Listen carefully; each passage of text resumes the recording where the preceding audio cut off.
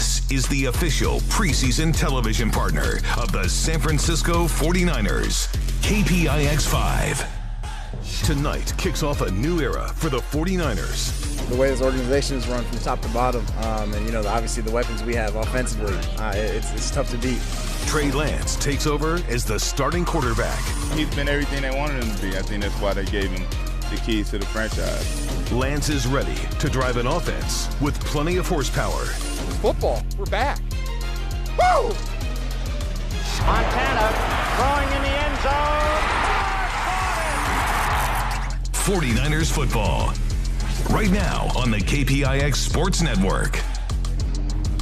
Trey area. It is a happy Trey day. For the first and only time, the Bay Area will see him as the #1 quarterback of the San Francisco 49ers play a preseason game here at Levi's. His teammates are jacked up tonight as they're going to take on the Green Bay Packers, and Jordan Love will quarterback them. 49ers have a deep and aggressive defensive line, but thumbs up on the potential of this offense, and we're back to football. I think we feel like George Kittle. We are really excited to bring you preseason football. Welcome inside the broadcast booth and the 49ers preseason football on the 49ers preseason network. Greg Papa, thrilled to be joined by, I think, Tim Ryan. Man, you've leaned down in the offseason. I'm here. Half of me's here. For a minute, I thought it was Aaron Rodgers with the man bun, but you're looking pretty good. We're not going to see Aaron Rodgers tonight. We are going to see Jordan Love for Green Bay. And for the 49ers, obviously the story of the game tonight and throughout the preseason. In the moment, the 49ers checked into training camp when Kyle Shanahan said he is the starting quarterback. We're going to see him about 10 plays tonight. Trey Lance. Yeah, and I think what you're going to see, Pop, is a guy that is going to be better than he was last year. And remember, just 2 starts last year, and he was much better in that second game against Houston when he had a couple of throwing touchdowns in the second half. Here's what it is. I think you look at him, and the anticipation's great. I'm sure there's some uncertainty. I'm sure there's some trepidation. It's been a small sample size. I've been to every practice in training camp and going back to the OTAs. Don't fret, faithful. This guy is ready to go. Pop, he gets better every day. You can see it at practice.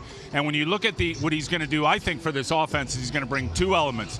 The ability to make and extend plays with his legs, and then the deep ball, the go ball from the numbers of the sidelines. I think you could argue it's probably his best throw right now. That will loosen up man coverage, which was a big problem last year. When you're not afraid of getting beat deep, guys underneath, they just squat on all that underneath stuff to the wide receivers. So I think he's going to bring 2 elements that have been much needed for a while to this offense. He is only 22 years of age. How do you help a young quarterback? You rush the ball on offense. They got a state-of-the-art running game, and you rush the quarterback on defense. Last year, Tim, number 3 overall in defense when it was all said and done. We know about the depth of this D-line. Kerry Hyder Jr. is back from Seattle. You'll draft Drake Jackson. This team, we talk about the D-line being 2 deep. Is it 3 deep this year? Well, it is, and you better, if you're going to win in this league, you better have at least one thing, a really good quarterback. If you don't have that, you better have a really good defensive line. They have a chance to have both. Clearly, the D-line is the strength of the team. They're going to lead them this year. Everybody's back for the most part. How do they replace DJ Jones? Javon Kinlaw is going to be back. He's 292, looking like a beast. Kevin Givens, there's all kinds of depth. But the guy I'm looking forward to watch play, Drake Jackson out of USC. Yeah. He is slippery, he is talented, and it won't be long before he is a big-time rusher opposite Nick Bosa on the edge. All right, the night is Trey Lance. His mom and dad are here to watch him play tonight. For more on that, we head downstairs and welcome in Vern Glenn. All right there, Greg. In 1994, a young cornerback named Carlton Lance was on this football team, wore the scarlet and gold for 2 weeks before he was waived. 28 years later, his baby boy is directing the offense as QB1 for the 49ers. Boy, Greg, Tim, chin strap snap, mouthpieces in. Let's go. Let's go, Vern. Aaron Rodgers is not going to go. Dueling man buns, by the way. You and Mr. Con Air. How about watching him throw before the game out there? You and I were standing behind him. He may be the best pure thrower of the football I've ever seen. Well, ever since they drafted Jordan Love, he has won back-to-back MVPs, and now he has 4, so he won't play. Big night for Jordan Love. They need to evaluate him, whether they're going to decide to pick up his 5th-year option. He will go first. Trey Lance of the 49ers offense will watch the defense as the 49ers won the toss, and they have deferred to Matt LaFleur And the Green Bay Packers, last time we saw Coach LaFleur was in the NFC Divisional Playoff game last January. It was 12 degrees at kickoff, felt like 0. I like this weather better in Northern California. It's about 78 degrees. Yeah, the whiteout of Lambeau Field. Robbie Gould won the game at the gun with a 45-yard field goal. He is going to kick off this year. Mitch Wisnowski did it most of last year, but it's Robbie Gould's job. Rico Gafford is back to return for the Green Bay Packers. And we're excited like George Kittle for preseason football. Gafford from the goal line. Both teams figure to be much improved on special teams. A flag comes in, though. Rich Bisaccia is the new special teams coordinator of the Packers, and the flag. And the very first snap of the preseason. Clay Martin is our referee tonight. Rich Bisaccia for the Packers, and one of the best in football now, Brian Schneider, the new special teams coordinator of the 49ers. During the return, holding, receiving team, 10-yard penalty, 1st and 10. Now here's Jordan Love. He's not played a lot. Obviously didn't play at all his rookie year. Last year made one start at Arrowhead when Aaron Rodgers came down with COVID. He has attempted 62 passes in the NFL. He's completed 36 of them. His real first chance to play in the preseason, Tim, his rookie year, 2020. We didn't have preseason football because of COVID and then a shoulder injury, so he's going to play about a half of football or maybe into the third quarter tonight. Inside handoff out of the shotgun. They're not going to run Aaron Jones or A.J. Dillon at all tonight. That is Tyler Goodson on the first carry of the game for Matt LaFleur as we look at the 49ers defense. Brought to you by Levi's, and there's Drake Jackson, the 61st overall pick in the draft. Next to Javon Kinlaw, a first-round pick, and Demetrius Flanagan-Fowles will wear the green dot to open the game tonight. Yeah, and he'll sit in there at middle linebacker, and then back in the secondary, Dante Johnson still doing it out there at corner. The new addition, George Odom. Tarvarius Moore is going to be out there. Second down 5. They run Gibson off the left side. Oren Burks, the former Green Bay Packer, makes the tackle for the 49ers. Look at a lot of snaps tonight at linebacker, but he's a tremendous special teams player for the Green Bay Packers. The story is there people around Jordan Love tonight, and keep an eye on the rookie Romeo Dobbs, number 87, the 4th-round pick out of Nevada. Has had a great training camp. They don't have 2 of their staples on the offensive line, Tim. David Bakhtiari and Elton Jenkins are both out, still recovering from ACL tear. So we're going to see that offensive line from left tackle to right tackle play a lot of snaps tonight. Yeah, and that left tackle, Yosh Nijman, is a pretty good player. Played a lot last year in sub for Bakhtiari. 3rd down and 4. Jordan Love will throw the ball into pretty tight coverage there. That is Tarvarius Moore picking up the tight end DeGuara on 3rd down. Didn't play at all last year with the Achilles injury. He's looked good in training camp. Yeah, and he's back, and he is absolutely talented. When you look at him, 6'2½". He can jump out of the gym. He's probably the fastest of the guys at the safety position back there, and it's good to have him back, manning up DeGuara right there, no problem. Green Bay Packers have a new punter this year. They signed Pat O'Donnell, 8 years Chicago Bear, #1 in Bears history, and a gross punting and net. They signed him right when the new league year started on March the 18th. The 49ers have a new return man in Ray McLeod. He'll return a couple of punts tonight. This one will call for a fair catch. So Trey Lance will have a good drive start here, Tim. He'll start on the 41-yard line. The plan for him is to play about 10 snaps. You'd like to get a 10-play drive here and take it all the way to the end zone. But what do you want to see from Trey tonight, Tim? Well, I think what he's been working on is the rhythm, the timing, and I think where my biggest concern is slamming the ball into those tight windows in between the numbers versus zone coverage. And as you know, that's a huge part of this offense. And that's, I mean, I know he can read it. I know he can see it. Is he accurate enough to make those big-time throws? They put him under center to open the game with Trey Sermon, the tail of the eye. Josh Hokett, the offset fullback left. There's the wide zone left to Trey Sermon. Gets strung out there and picks up only a couple of yards.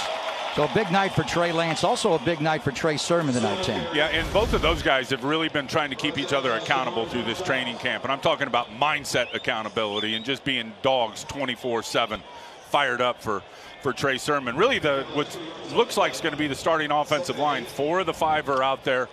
The only one sitting, Trent Williams, is Colton McKivitz, who's had a very good camp. The best he's played as well is out there at left tackle. McGlinchey will make the start. He had surgery to repair the quad injury exactly 9 months ago on November the 12th. Lance from under center, pressure from the backside, will step away from it and run, sliding very close to a first down as he avoided the backside pressure there. That's what he can give you, the ability to run away from pressure. They're going to mark him a little bit short here, 3rd down and 1. Yeah, really good eyes as Spencer Burton gets beat to the inside, and Trey Lance feels it, steps up inside. He wants to go deep. There's nobody there, and when you're running people off in coverage, it's easy for him to get 6, 7, 8 yards. Now it's 3rd down and 1. That was Jonathan Garvin on the penetration. Trey Sermon will run for a 49er first down. We're not going to see Elijah Mitchell tonight. We're not going to see Jeff Wilson Jr., including Jimmy Garoppolo. 20 49ers are not going to be active tonight. Well, I like that play there by Sermon. Remember 3rd and 1? Remember 3rd and 1 at the end of the season? This is a big point of emphasis to get this power game going. Josh Hokett ends up blocking 2 right there, and good vision by Trey Sermon as he sticks it up inside and just takes every bit of grass they give him. And they pulled 65 Aaron Banks, who's the new starter at left guard, with Laken Tomlinson leaving, going to the Jets. Check down to the boot roll to Ray McLeod. He gets bumped out of bounds there. There's a lot of action. You'll see the signature wide zone to the left, and you boot the quarterback coming right for a pickup of 8 yards. Well, that's a sister play, and Trey Lance is going to be perfect at it. It all looks the same. It looks like the outside zone the other way, and then he just keeps it and pops out the edge and is able to find it for an easy completion. My eyes are going to be on the interior of this offensive line, in particular Jake Brendel and Aaron Banks. Brendel the center, Banks playing left guard. And Spencer Burford also playing at right guard. Here's Trey Sermon. Good cut, goes straight ahead, runs up the back of Colton McKivitz to pick up another 49er first down. 6-yard gain by Trey Sermon. And Kyle will tell you. He'll tell you. The Shanahan is back. Well, that's an inside zone play. Good vision, and there's no bouncing from Trey Sermon. And Kyle Shanahan will tell you, I mean, that guy liked to bounce. Clearly he got here. He was challenged by it in terms of trying to bounce it to the edge and make every big play. They have got him taking every bit of grass in front of him, and it's north and south, and that's what they want to see. 49ers going with a heavy line now. Double tight ends are in. And here's the wide handoff to Sermon. He gets stuffed in the backfield by the linebacker Isaiah McDuffie, second-year backer out of Boston College. They had a tight end on each side of the offensive line, and that got stuffed for a loss of 3 yards. Yeah, McDuffie looked like he just slipped inside of Mike McGlinchey right there, and Sermon in the backfield. He played a lot in the NFC Divisional Playoff game last January at Lambeau. Was it on 20 snaps on special teams, also made a tackle on team. So a 2-yard loss there brings up a 2nd and 12. They go empty now. And they invested heavily on this defense for this season. Lance gets it out. High throw to Ross Dwelly, makes the catch. And a short gain there, going to the backside left. He threw that ball a bit high, but Ross Dwelly, great hands, the former baseball player up in Sacramento. Just a quick little speed out there from Dwelly out to the flat. It's good defense out there as well. Even if that ball's right where it's supposed to be, he's probably tackled on the spot. Good catch from Ross Dwelly. No, it is a 3rd down and 9. 49ers were able to convert the short 3rd down in the run to Sermon. This is the 8th play of the drive, and he's only going to play 10 plays, so he'd like to convert here on 3rd down. They have a bunch formation to the right. Juwan Jennings, let's see it. He is singled up left. Lance looking right the whole way. Out cut. Danny Gray. Did he get both feet in bounds? He did not.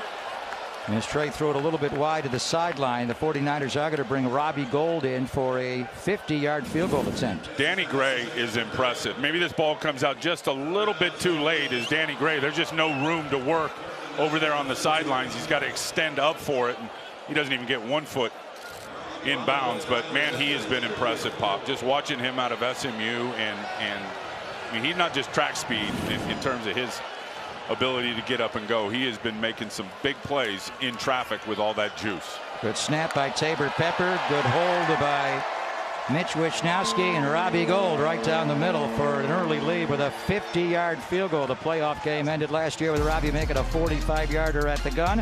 49ers lead 3-0. George Kittle is psyched out of his mind.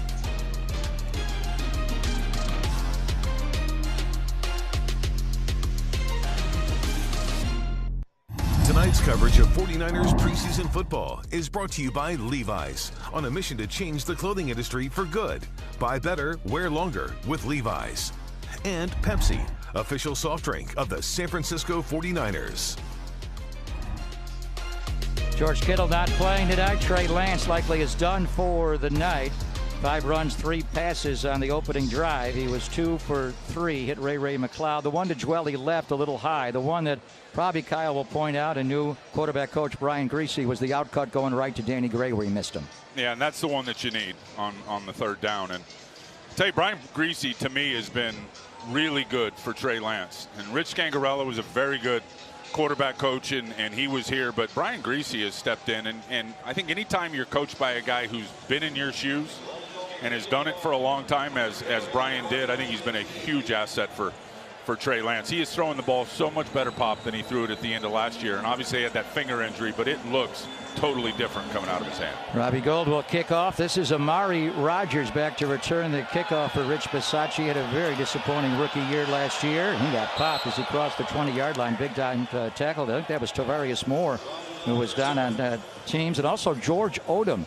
49ers not only hiring Brian Schneider, Ray McLeod coming over on special teams, Oren Burks, and George Odom will be a core special teamer this year. Well, a huge effort to get better in that area. Odom was an all-pro a couple of years ago. There's Brian Schneider, the special teams coach, had a lot of success in this league, and in particular with the Seattle Seahawks. So good to have him down here with the 49ers. So 3-0 49ers as Jordan Love will take it over for a second Packers series. That's Tyler Davis, the tight end, going in motion.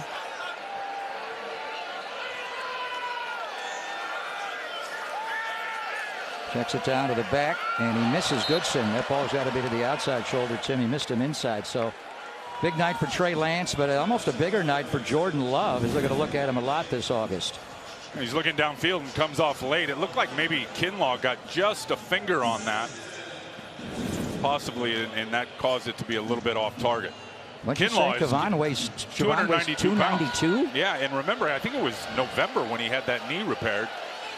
Here's the big dog right here. 292, said he feels the best he's ever felt. ACL reconstruction surgery. Here's the pull by Jordan Love, and he will run for a first down. Good block on Talanoa Hufanga there by the tight end DeGuara.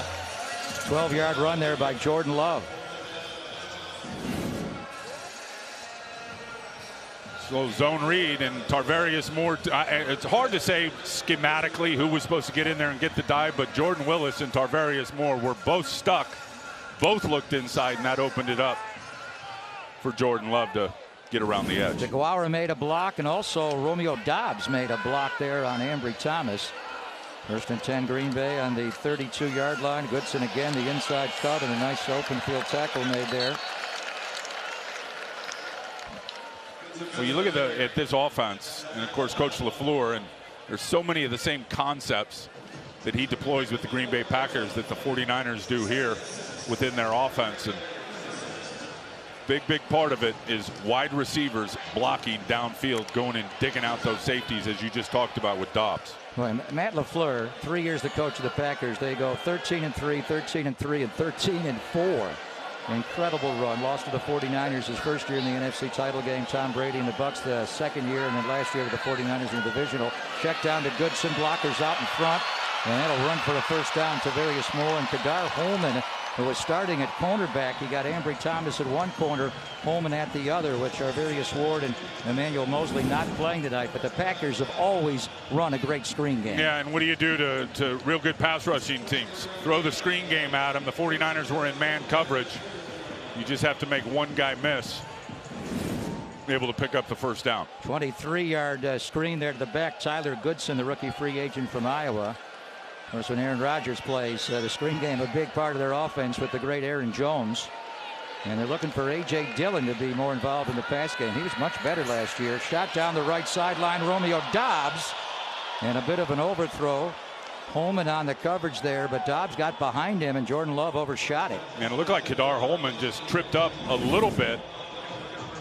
And that's a good move by Dobbs. Yeah, right there, he just tripped on, looked like on the ankle of Dobbs. One thing about Kadar Holman, he played for the Packers in 19, and he's had some injuries since then. But you talk about a press man corner, and something that this defense needs, and needs to be able to do that. At times he'll play off here, but he has got it all in terms of locking up, getting his eyes on a receiver, and sticking with him. Packers go empty, 3 left, 2 right. Jordan Love throws, and a catch made there. Oren Burks will make the tackle just shy of the first down. That'll bring up a 3rd down and short for the Green Bay Packers. You think Coach LaFleur said, we know this guy. Let's run the option route on him. See if Oren Burks can get out there, the former Green Bay Packer. And he's played a lot for the Packers, former 3rd-round pick, but a technician, Pop, an absolute technician on special teams. He sacked Jimmy Garoppolo here last year in the home opener on September the 26th. Juwan Winfrey on the catch for the Packers. 3rd down and 2. They may be in 4-down territory here. They run Goodson off the right side. He got hit behind the line of scrimmage for a TFL there. Kamoko Toure. Just another guy loaded with talent. Here's Toure. Where is Kamoko? Right there. He knows it's short yardage, dip that shoulder, low man's going to win, and he is a very, very gifted player. Former high 2nd-round pick of the Indianapolis Colts. And D linemen want to come here to get better under the tutelage of Chris Kasarik, the defensive line coach. They're going to go forward on 4th down, T-Rock. 4th down and 3 for the Packers here. They go empty again. 2 right and 3 left. 49ers bring pressure. 2 inside backers come down the sideline. Romeo Doubs, a touchdown. 49ers had no one in the deep middle there as they brought Oren Burks and Demetrius Flanagan fouls. And Doubs gets behind Holman again. This time Love does not miss. I think it was Tarvarius Moore that time.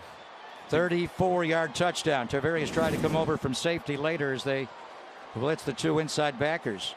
It was Moore. Yeah, and Doubs has early in this game been everything that Aaron Rodgers forecasted that he might be.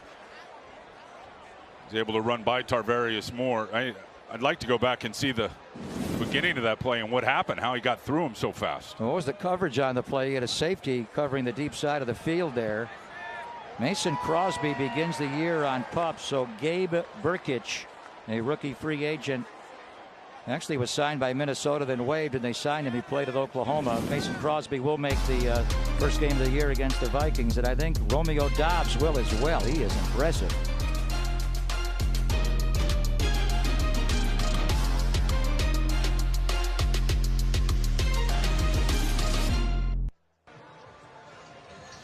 All right, here's the touchdown, Pop, and it is man across the board, obviously. 2 linebackers come. You're going to see Huffs are in charge of the tight end, and Tarvarius just gets run by from Romeo Doubs. That's a cover 0. That's cover 0. You got no help, and that ball comes out quick. A deep ball, you don't have to hold the ball for 3 seconds, but if you're going to send 6 and they're only blocking 5, you got to have an impact on the quarterback. Saw the great Tom Clements returning as their quarterback coach talking to Jordan Love. He missed Doubs earlier, does not miss him here. Here's the kickoff return by Marcus Johnson out across the 20. Now Trey Lance was scheduled to play 10 plays. He got 8 on the opening drive, so they're going to bring him back out for a second series. They're going to make a change at right tackle with Justin School out there at right tackle for Mike McGlinchey. Good. I like to see this. Well, he had a couple throws he'd like to have back. One to the left side, Dwelly was high, but caught it. He missed Danny Gray on 3rd down, so they'll put him in a shotgun and they go empty. Beautiful thing about this, you can run quarterback power out of this formation with this quarterback. He's going to throw, though, gets pressure in his face, and he will go down. As the right side of the line got caved in there by the Packer defensive line. That is Chris Slayton, who the 49ers had on the practice squad last year, that got in on Trey Lance immediately. And took an inside charge on Justin School right there. Just able to swipe that inside shoulder. Unabated path to the quarterback. Justin School trying to get back from that ACL. He was out all last year. Got to set tougher to the inside. Loss of 4 yards, so 2nd and 14. 49ers go empty. This is tight end Tyler Croft going in motion. Quick one to Trey Sermon. Makes the inside move. And he'll get back to the original line of scrimmage. Quay Walker, number 7, made the tackle for the Green Bay Packers. He was their first-round pick from that great Georgia defense, number 22 overall. And he is a beast now. When you look out there and when Devondre Campbell gets back and you look in the middle of that defense and see Campbell and Quay Walker, both of them are 6'4", and Quay Walker goes a legit 241 and can absolutely run and chase and is a downhill linebacker. They got 2 of the Georgia guys, right, early in the draft. Devontae Wyatt was 28th overall. They took Quay Walker, number 22. That was a historically good defense for the Dogs. 3rd down coming up for Trey Lance 1 for 2 on third down the first series with the run by Sermon. Going to take a deep shot down the left sideline, wide open out there. Danny Gray makes the catch, stays in bounds. Trey Lance to the speedster, Danny Gray on third down. Now we've seen enough. And there was pressure coming at him, too. The right side of the line did not hold up great. I told you that Trey Lance is going to bring the element of the deep ball. Danny Gray has been doing it all the training camp. And Trey Lance drops it right in the bucket for a house call. Trent Williams is so excited he comes off the 49ers sideline. That is a 76-yard deep shot from Trey Lance to Danny Gray. Just a good enough pocket around him. And again, those deep go balls, you don't have to hold it 3 seconds. That ball was out, I promise you, in 2 seconds. And Danny Gray, if you don't get anything on him at the line of scrimmage, he's going to run by most corners in the NFL. 4.33 in the 40-yard dash for Danny Gray. He is the 49ers' fastest wide receiver since the Olympian Marquise Goodwin was here. But this guy is a complete football player. He's not just fast, he's physically tough. Yeah, and he's close to 6'2". 76-yarder. Kyle Shanahan likes it. Trey Lance loves it. And the Trey area excited about the deep ball of Trey.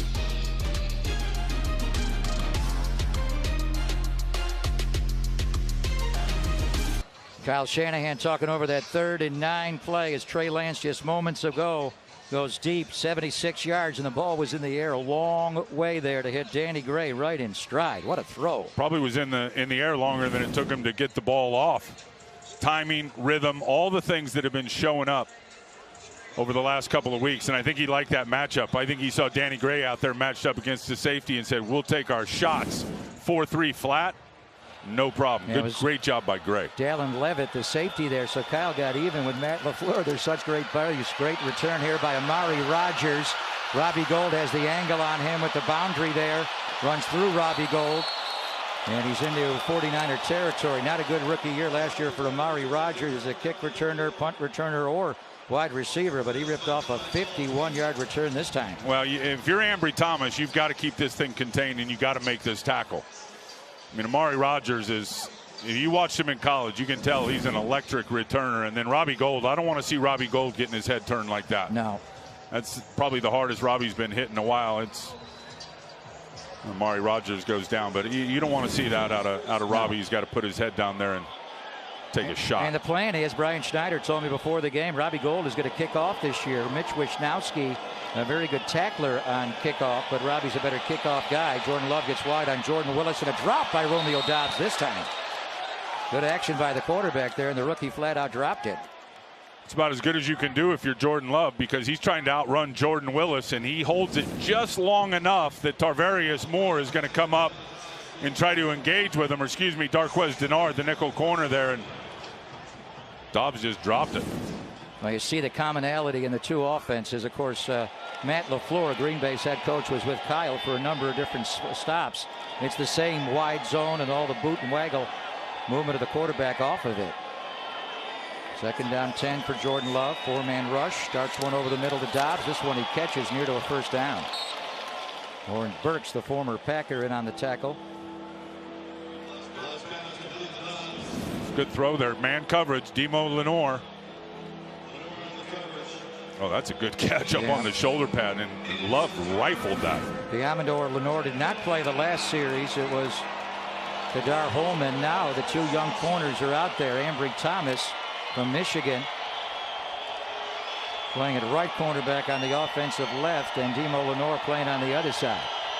Man coverage again. 3rd down and 1. Packers 0 for 2 on 3rd down tonight. Inside run here to Patrick Taylor. 49ers played that well. It's going to be a 4th down coming up.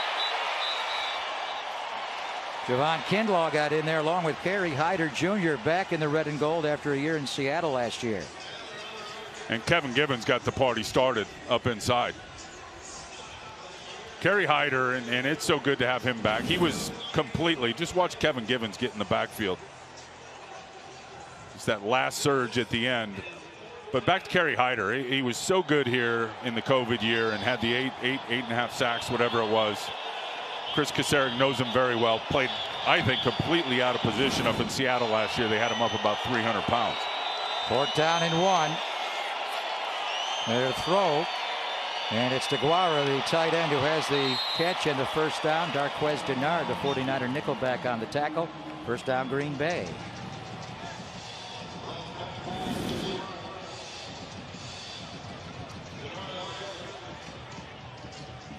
That area, that nickel spot, trying to replace K'Wan Williams. Darquez Denard's been around a while now, former first-round pick. I believe year 9 for him. Trying to replace K'Wan Williams, who moved on to Denver in free agency at that nickel position, which is as tough as it gets.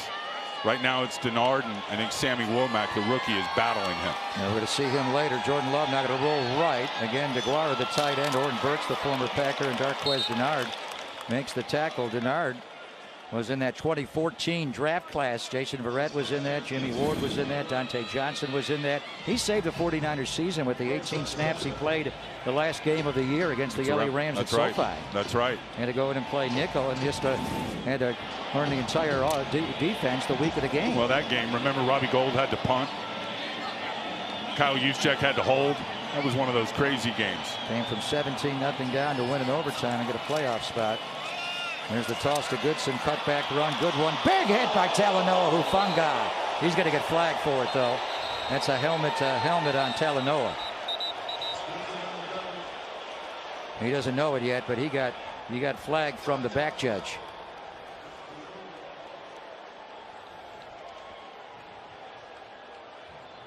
And it is a personal foul.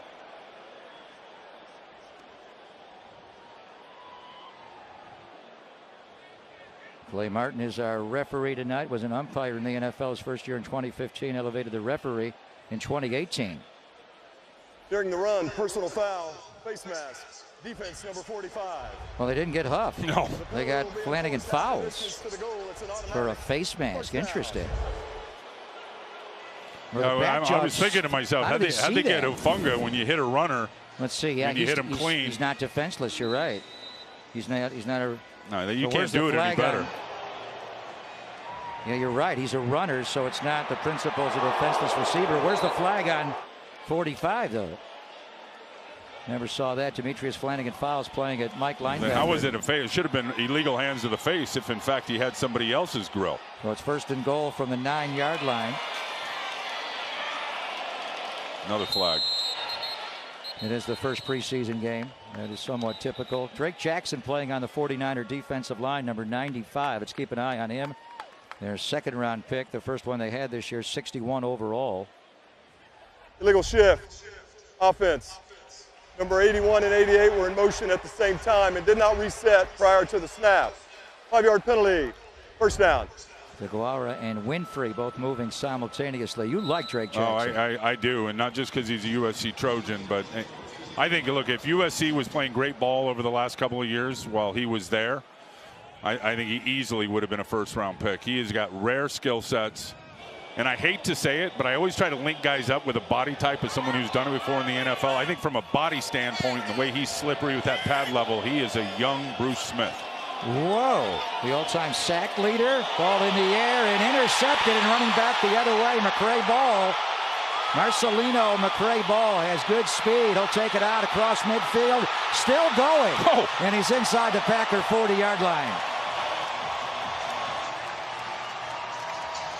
Rookie free agent from Indiana with a 56-yard interception return.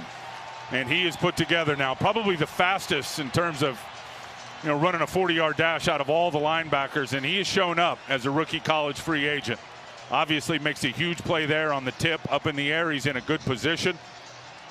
Takes that thing into Packer territory. Tips and overthrows, especially when you're down there near the red zone, is where you don't want to turn them over if you're the Green Bay Packers. Faithful, excited. Nate Sudfeld will come into quarterback when we start the second quarter. Ball goes right through the hands of Tyler Davis, the tight end. The interception by Marcelino McCrary Ball. But it was a 76-yard touchdown pass from Trey Lance to the rookie, Danny Gray, that got everybody electrified here after one quarter of football. 10-7 49ers over the Packers on the 49ers preseason network.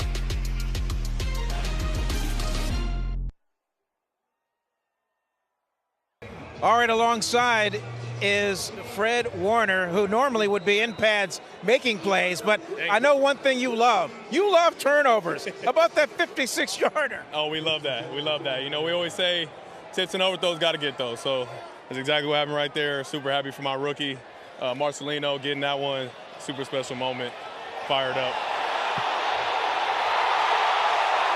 How about that? Live TV. Touchdown, 49ers. Touchdown, Niners. You can't make this stuff up. You can't make it up. Fred, have a great camp, man. All right, man. Appreciate you guys. Guys, back upstairs.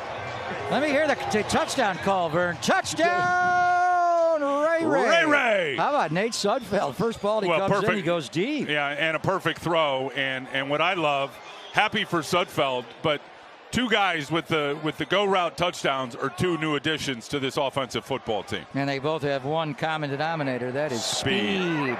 Danny Gray and Ray McLeod is known mainly as a special teams player, former Buffalo Bill, Carolina Panther last couple of years in Pittsburgh. So Nate Sudfeld, haven't seen him a lot play in the NFL nor in preseason. Welcome him, and he hits Ray McLeod deep, 17-7 49ers.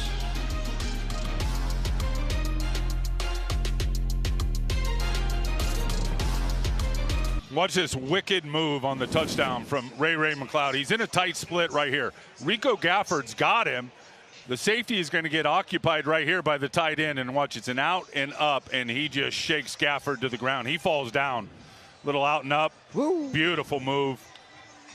And Nate Sudfeld does not miss. That's one thing I think. If you're here with the 49ers and you're a return guy, most teams just look for return guys. The 49ers look for return guys that can also play a position, and Ray McLeod can do that. And this is Rico Gafford is back on the kickoff return for the Packers, and Rich Bisaccia lets it go through his hands for a touchback from Robbie Gould. So that was a 39-yarder one play. Nate Sudfeld to Ray McLeod after the 76-yarder from Trey Lance to Danny Gray. Yeah, and I think it was 39 receptions that Ray McLeod had last year with the Pittsburgh Steelers. He did. And he was, I think, I'm sure he led the AFC in punt return yards. He is a big get for the 49ers, for the transition teams, the special teams, and what you just saw there on offense. And for Nate Sudfeld, he's not played a lot in the NFL. He has 0 starts in 6 seasons and 37 pass attempts, but he is a solid number 2. We'll see the 7th-round pick, Brock Purdy, later on. Movement on the defensive line here before the snap of the football, the line of scrimmage, I should say.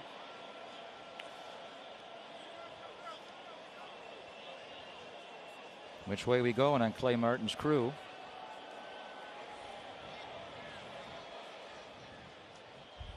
False start. Offense number 39. 5-yard penalty. First down. On the running back, Tyler Goodson. That's one thing Chris Kocurek does not like. He likes you to get off the ball, the 49er defensive line coach, but he does not want his defensive lineman jumping in the neutral zone. Yeah, have you ever heard of ADO? He says it all every day. Practice long. Alert defense offsides. Yeah.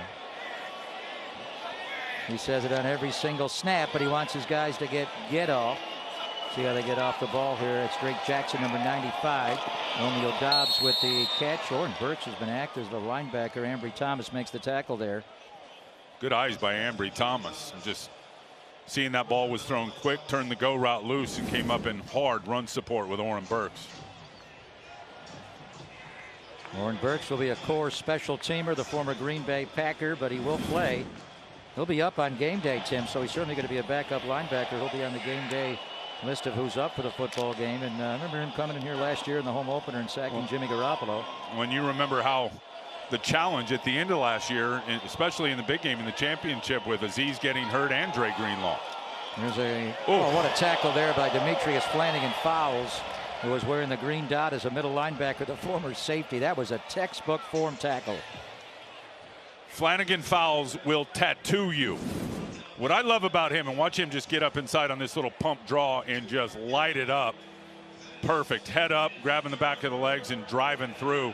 Be a good angle of it right here, as you're going to see Flanagan Fowles come right through the alley right there, beating that block at DeGuara and making the tackle. He's got his weight up to 228. When he was here, when he first got here, he was 205. Converted safety. Third down and long for the Packers. Third down and 10 for Jordan Love. Four-man rush. Look at the pass rush there by Drake Jackson. Love going to take a deep shot for Dobbs again. It is broken up by Ambry Thomas. Beautifully done by Ambry Thomas. Right when the ball landed in Dobbs' hands, he came in and dislodged the ball. There is a flag down across the field. It's not a PI, though. Maybe off the bump right there it is. Well, they're really emphasizing point of emphasis with illegal contact this year, and good job by Ambry Thomas, just never giving up on the play. It looked like he was beat. In the pocket. And then look at the rush. Defense number 20. 5-yard penalty at the previous spot. Automatic. First down. So they flagged Ambry Thomas, but not at deep down the field. He played that beautifully, playing through the hands of the receiver, Tim. It was on the bump and the run there. Yep, illegal contact. You got a good vision there from Drake Jackson and just how he keeps that pad level down. And it started with a bull rush, and then he was able to slip to the edge. Just a little, just not there quite quick enough as Jordan Love let it go. So he is really bendy. And Jordan Love will pull it here. Blocked by DeGuara again. Oren Burks all over the field. We have a holding call here on the Packers. Yeah, they're going to get DeGuara. Yeah, against his former teammate Oren Burks, who was flying around tonight. This will set him back 10 yards on the illegal hold. But Drake Jackson, you went Bruce Smith body type? From a body type standpoint, yes. During the run, personal foul. Face mask. No, it's a face mask. Defense number 48. It's on Oren Burks. 15-yard penalty. Automatic. First down. So it is not a hold on DeGuara against Burks. They get another 49er flag for grabbing the face mask, and it's on the former Packer.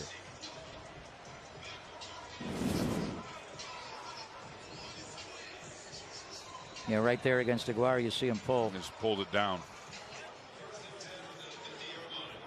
Jordan Love, a good athlete. We've seen pull the ball out a couple of times and run. The former Utah State star, threw for over 8,600 yards there in 3 years, 60 touchdowns. They traded up to get him, number 26 overall, and ever since then, Aaron Rodgers has won back-to-back MVPs. Tyler Goodson off the right side. Flanagan fouls there on the tackle. All three linebackers converging on the tackle. They show the Green Bay Packers two deep safeties. They got two tight ends. The Packers got a number advantage. They're going to check and stick with the run. All three backers were able to converge there on Ty Goodson before it was a long game. There's Aaron Rodgers, who is 0-4 against the 49ers in the playoffs. And they've beaten them a couple of years. Of course, they came here for the NFC title game in 2019. Raheem Mostert ran all over him last year in the divisional playoff game. The Robbie Gould field goal. Nice work there by Jordan Love. Ball got tipped, though. Right in his face. He got pressure there. You see how Drake Jackson can just bend and turn and change directions? For a 273-pound guy, he's got odd skill sets with his flexibility. And you see Jordan Love, he thinks, okay, I'm going to put the brakes on here and come back inside and reset and get rid of it. Drake Jackson said, well, I'll just stop right there with you and put the mirror on you and then come back and get his hands on the football. Well, his nickname at USC, as you all know, the Freak, because he could do a backflip. This guy is a huge man and incredibly bendable. He's having a good series here defensively. 3rd down and 5 for the Packers on the 49 or 45-yard line.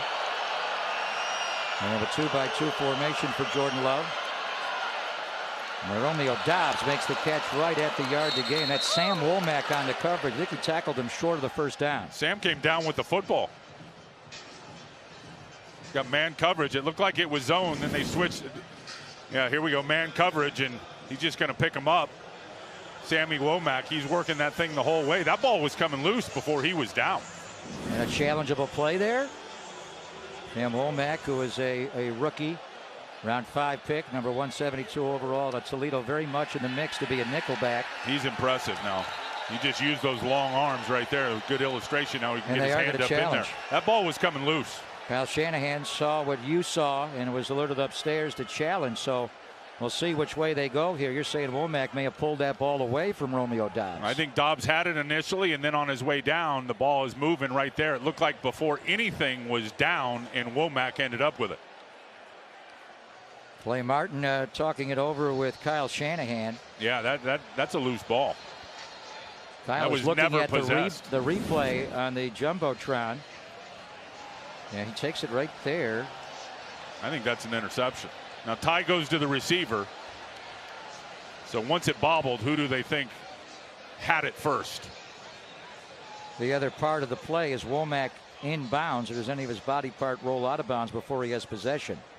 San Francisco is And likewise challenging the for ruling on the Dobbs. play of a completed catch. You could see this going That play either is way. now Green under Bay review. ball, 49ers ball, or no catch because they hit the boundary, but why not? I like the black hat on Kyle, going with the Shanahan. I think he's happy with it. Finally got a hat. He was very concerned about that. He looks good.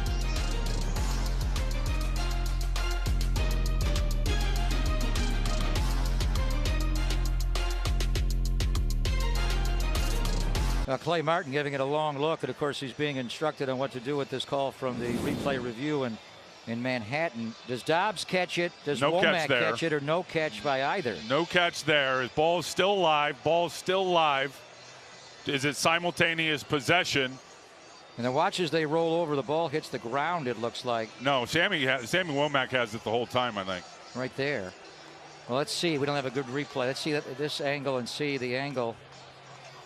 So that was a 3rd down and 5. If they give Dobbs the catch, it's a 4th and 1. If they give Womack the interception, 49er ball there. If it's incomplete, it's 4th and 5. It's 49er football. There we go. The defense is exploding. They got another takeaway, and that is Samuel Womack III taking it away from Romeo Dobbs. It looks like the way the 49ers are reacting, and they've been told something on the field because their offense is coming out. Here's Clay Martin, our referee. After review, the pass was intercepted by the defense. It'll be 1st and 10 on the 41-yard line. Would the clock operator please reset the game clock to 12:16? 12:16 on the game clock, please. A great challenge there by Kyle Shanahan. You saw it right away, and what a play there by Samuel Womack III. Trent Williams is fired up by the rookies. Danny Gray earlier, and now Womack III. Yeah, and Womack's going to factor into that competition for sure with Darquez Denard for the starting nickel. We've got Dante Johnson as well as, another guy that can get in there and play. Amador Lenore can play in there a little bit. But Sammy Womack with those long arms and those skill sets that he has, and you could just see it. It's going up and never quit, just kept working on that football and got paid off with the interception. Hardly had time and welcome Nate Sudfeld to the game. Vern was talking to Fred Warder when he threw the touchdown pass. Nate was born in Santa Clara, lived in San Jose until he was 5, went to high school in Modesto, about 88 miles away at Christian High School. 49ers already gave him $2 million guaranteed to be the backup quarterback this year. We are going to see Brock Purdy, the 7th-round draft pick, later in the game, and I know you've been very impressed by Purdy. Purdy just looks like click, click, click, automatic in terms of a quarterback and making decisions and throwing it on time. Sudfeld is a great sounding board for Trey Lance. Another rookie is also in the game for the 49ers, Tyrion Davis-Price, the big back out of LSU, and he's got great size at 220 pounds. Jeff Wilson Jr. not playing tonight. Elijah Mitchell not playing tonight. We saw Trey Sermon. Now we see another big back in Ty Davis-Price. What I like about Ty Davis-Price is you watch him, he runs very hard in between the tackles, and everyone always thinks the 49ers, the staple is the outside zone play, the stretch play. Over the last couple of years, I can promise you they've run as much power as anything in between the tackles, and I think Ty Davis-Price is going to be a big part of that squared up going through the line of scrimmage. On power and also inside zone. 3rd down and 6 for Sudfeld. Throws out wide. Flag there on the hold and the outcut of Danny Gray. No flag there. Looked like he got pulled right when he made the outcut. Shamar Jean-Charles on the coverage for the Packers. And the 49ers will bring in their punter, Mitch Wishnowsky, for the first time tonight.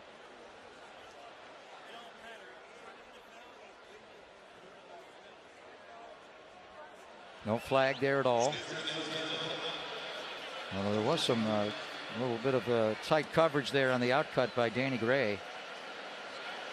Mitch Wishnowsky last year in that frozen tundra at Lambeau came up with a big hold. It was a high snap by Tabor Pepper, pulled down by Mitch on Robbie Gold's 45-yarder. This will be Amari Rogers going down to his knees to call for the fair catch at the 20-yard line. Wishnowsky with a 35-yard punt and no return. 49ers and a couple of deep touchdown passes, one to Danny Gray, late 17-7.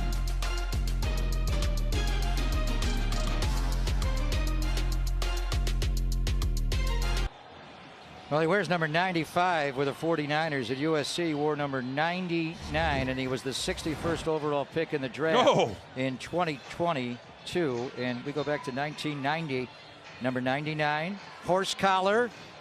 Yeah. Is that Jeff Fisher, the head coach in the NFL? It's Tim Ryan.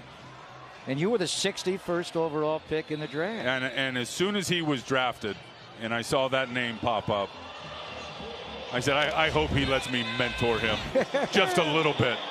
And I've had good conversations with him. He is way more talented than I ever thought of being. Well, you got mentored by some great defensive linemen in Chicago. Some of your best friends from that 46 defense. Jordan Love will throw into coverage. Ball got batted away there beautifully. Kadar Holman reaching right around Romeo Doubs with a clean knockaway. Kadar Holman can play some man coverage and then drive on the football. You go back to even the OTAs and mini camps, you always look up and look at 24 is right where he needs to be, stretches out, pass breakup with the right hand. He shows up every day.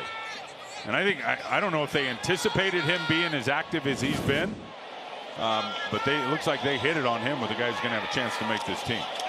And there's Jordan Love throwing over the middle. Warren Burks, the former Packer, coming up with another tackle. That's Winfrey who made the catch. So Drake Jackson at USC played in the Pac-12. Now the Big 16. Is that what we're calling it? What'd you play in the Pac-8? Pac-10. Pac-10. Easy. Was the Pac-6? Easy. 3rd down and 3. Gary Hyder Jr. is in there rushing for the 49ers. They got Burks and Flanagan Fowles jumping inside as well.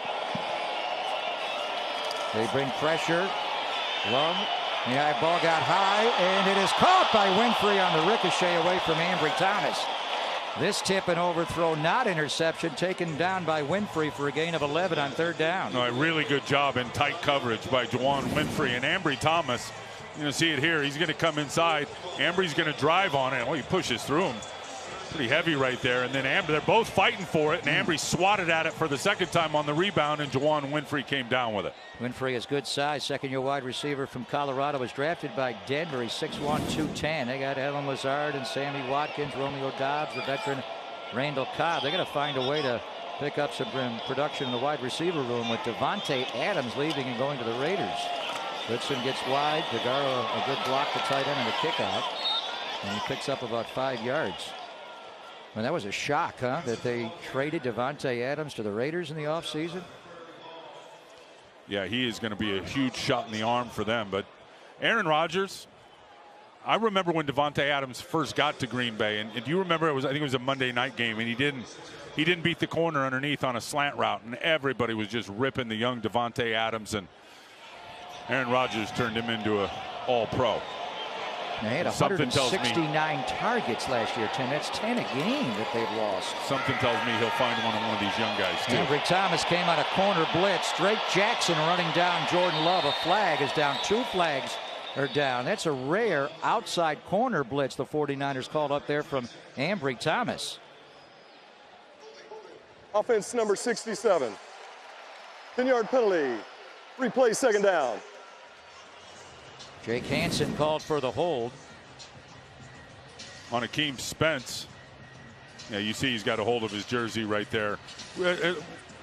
You see what Drake Jackson is in terms of an athlete right there. There's not a lot of defensive ends that are turning and flattening out and are running with Jordan Love and trying to swat down the straight arm at the same time. Is he winded or did he get dinged up on that play? I think he got dinged up. Hopefully it's not a shoulder, as he was chasing Jordan Love to the sideline. 2nd down and 13 Packers. Back on their 35-yard line. 49ers lead 17-7 here midway through the 2nd quarter. Inside pass rush. And the ball caught by Danny Davis, the wide receiver, the rookie free agent receiver from Wisconsin. And we'll bring up a 3rd down and short for Green Bay. Good rhythm and timing by Jordan Love there, and coverage just broke down out there on the deep flat. Kadar Holman looked like somebody was confused. Somebody 24 besides K'Wan Williams. Kadar's got 24. He's a Denver Bronco, as is DJ Jones. And the 49ers will see Russell Wilson and the Denver Broncos in week 3 this year. They go to a bunch formation here on 3rd down and 1. Little gun run here. And it's a first down for Goodson off the left side into 49er territory. And it's Tyler Goodson. Alex Baird on the tackle for the 49ers.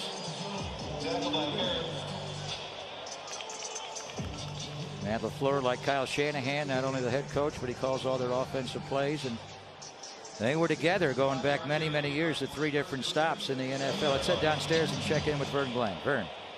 Yeah, Jake Jackson is under the hood. We don't know the nature of what's going on. I mean, the curtains are just couldn't be tighter. I can't see, but we'll give you an update as soon as we can. Guys? Looks like it may be a shoulder the way he was dangling that right arm. There's a toss out of an I formation using DeGuara as a fullback. Well played by the 49er front that time. No gain. Good job by Akeem Spence, who has bounced around the league. And they're playing a 3 technique defensive tackle right now outside shade of the guard. And he held up long enough in that one-on-one block that it forced it to cut back, and then Kamoko Toure out at left end able to finish off the runner. Spence was a 4th-round draft pick at Tampa Bay in 2013. 4 years there, a year in Detroit, a year in Miami. His best success, like a lot of the guys they bring in with Chris Casaret in Detroit. He had a career-high 3 quarterback sacks that year. Goodson in the flat. Again, Oren Burks, the former Packer, flying around. He's got to have a handful of tackles tonight, maybe a half dozen. And he knows he's got to get there quick. The 49ers had a blitz dialed up. Coming from the left side there, Jordan Love. He senses it, unloads it quickly.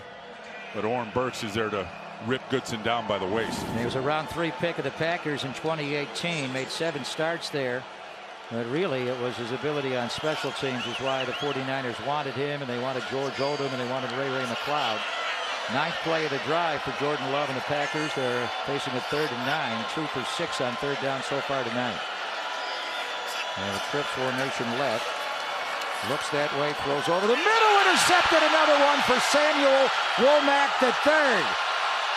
And he takes it inside the 30-yard line, his 2nd interception of the game. A flag is down on the return, though, but what a play by Womack to undercut that route.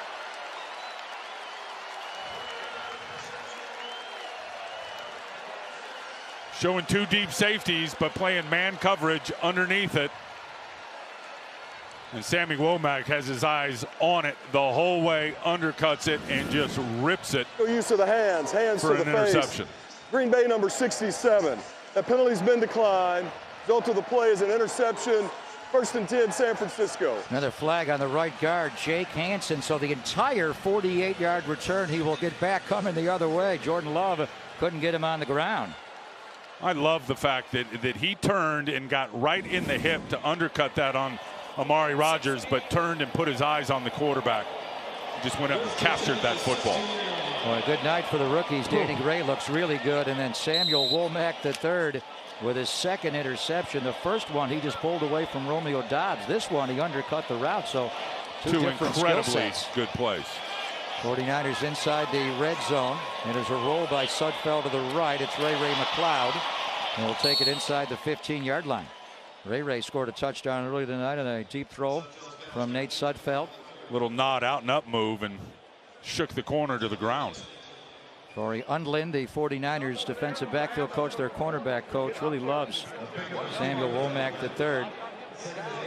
K'Wan is gone. He's a Denver Bronco. Who's going to be the nickelback? Could be Womack III. He's definitely in the mix for it. Keep making plays like that, and it is a hard job now because you've got all the run-pass reads when you're defending the slot in there. Trey Sermon is back in here inside the 20-yard line.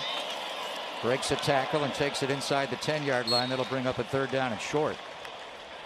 Yeah, it must be a shoulder. Looks, he came out of the tent, Vern, and we see Drake Jackson dangling that right shoulder going back into the locker room.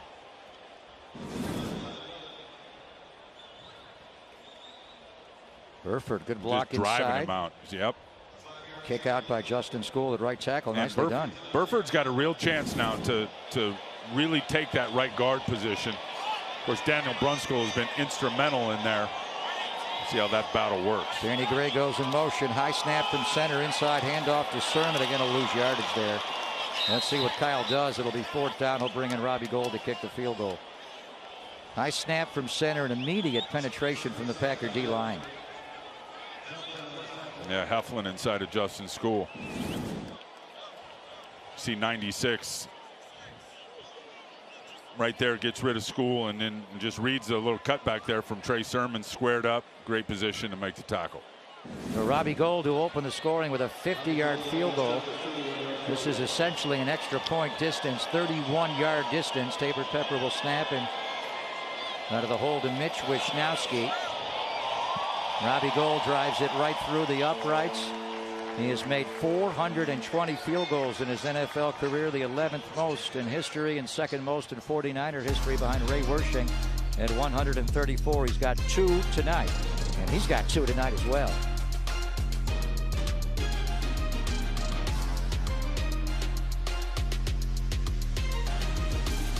Faithful having fun tonight. Their only time in the preseason to see the 49ers play.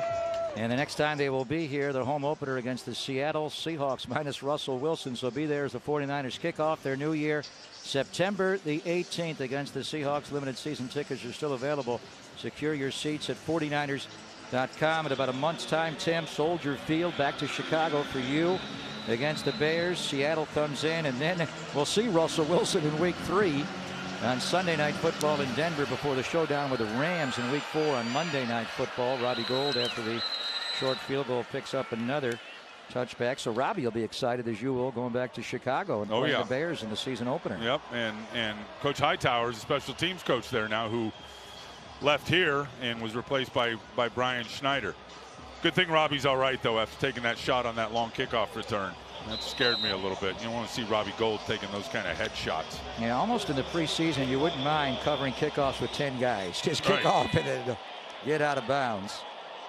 But he's going to do the job this year. They want Mitch Wisnowski to concentrate solely on being a punter. Here's Jordan Love. Hand off to Goodson. Those two guys have played a lot of football tonight. Jordan Love will give it to Goodson for a gain of about 5 as we approach the 2-minute warning. Good half of football. You got to be happy with the way Trey Lance played, Tim. Certainly coming back and hitting Danny Gray on that 67-yard bomb down the left sideline. And came back in, as you said, for that second drive after the first drive of 9 plays. They said he was going to get 10, gave him 3 more, and finished with that house call. And then defensively, look, one thing they were looking for and will be looking for this year is more takeaways. Already 3 big-time interceptions.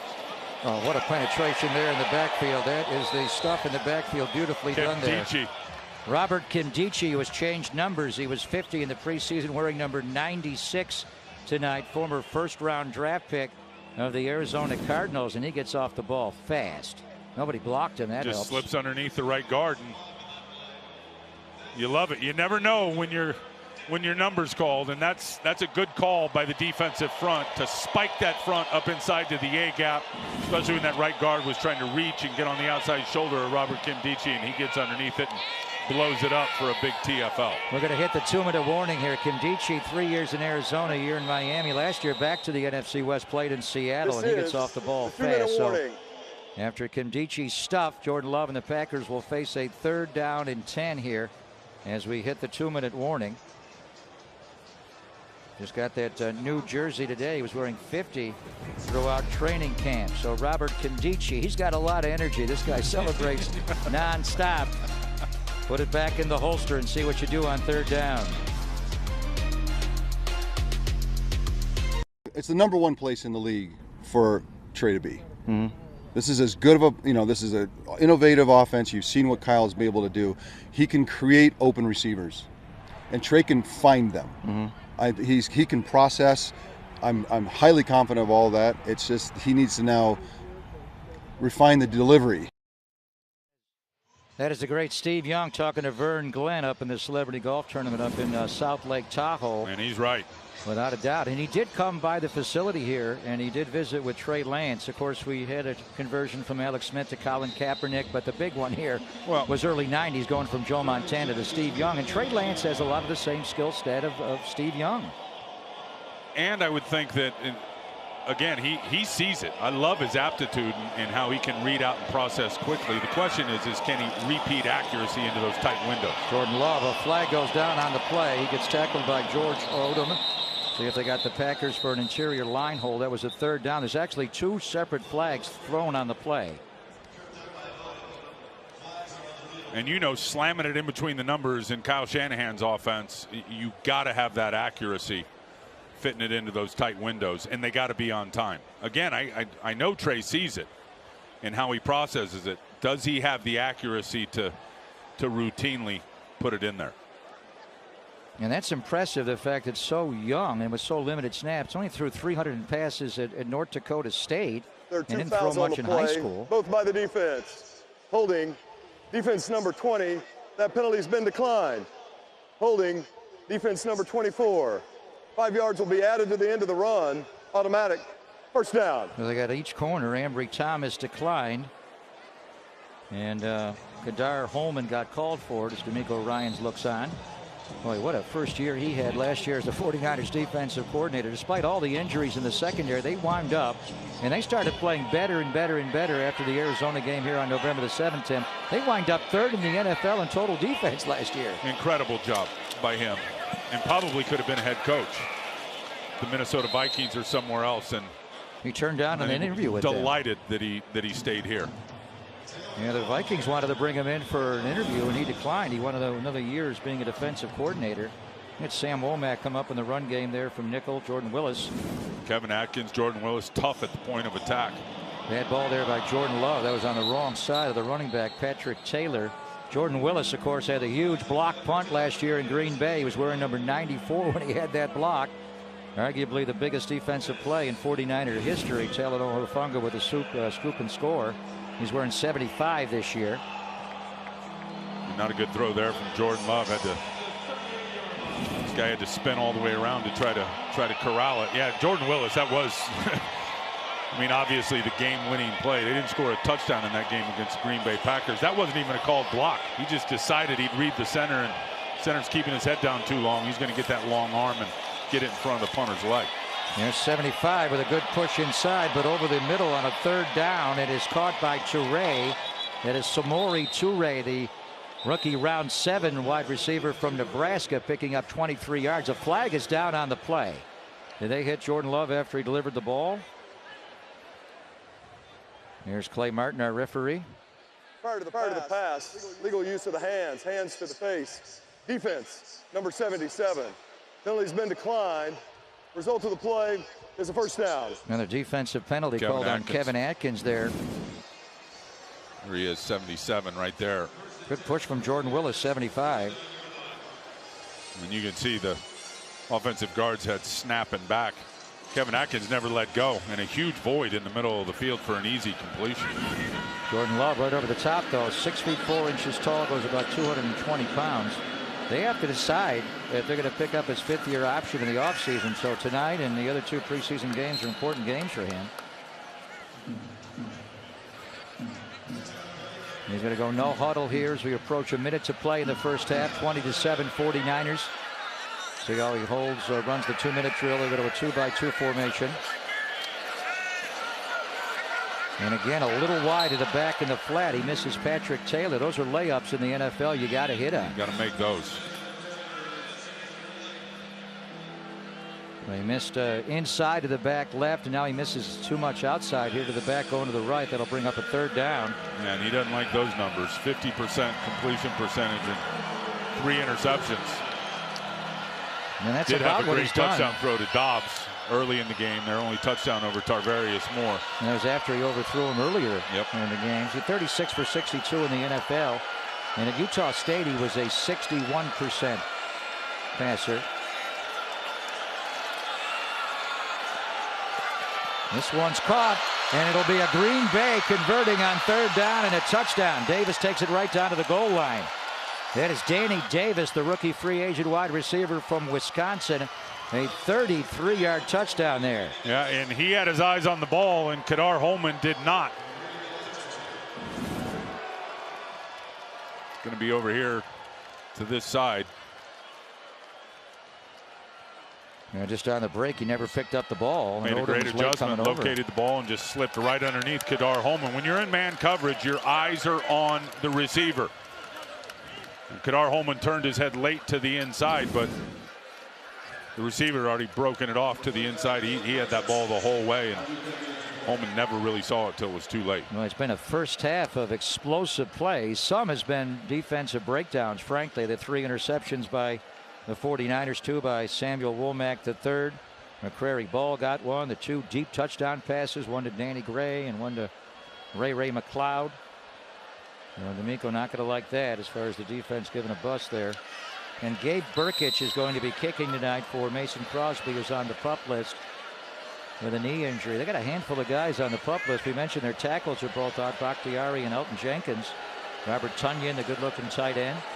Saw Christian Watson warming up before the game, who played with Trey at North Dakota State. He's impressive looking. Wow. He's got speed and cuts, doesn't he? Every bit of 6'4.5", 6'5", and running in the 4.3s. He was out warming up, Christian Watson, before the game, and you might send him off the bus first. He is impressive. And arthroscopic knee surgery that he played with Trey Lance at North Dakota State. Danny Davis celebrating over on the sideline as he catches the 33-yard touchdown pass from Jordan Love. Tom Clements is back as their quarterback coach at age 68, 25th year in the NFL. He was with a young Aaron Rodgers to develop him. I was going to go say hi to Aaron Rodgers in the middle of the field, and then I looked and saw Tom Clements mad dogging me. I said, maybe I better not say anything. Probably a good idea. Yeah, we both watched the warm-up of Aaron Rodgers. I don't know if there's a better pure thrower of the football that's ever been. And he looks bigger to me than I remember. I mean, not size-wise, but just in terms of his legs and his lower body. And he's been doing a lot of calf raises somewhere.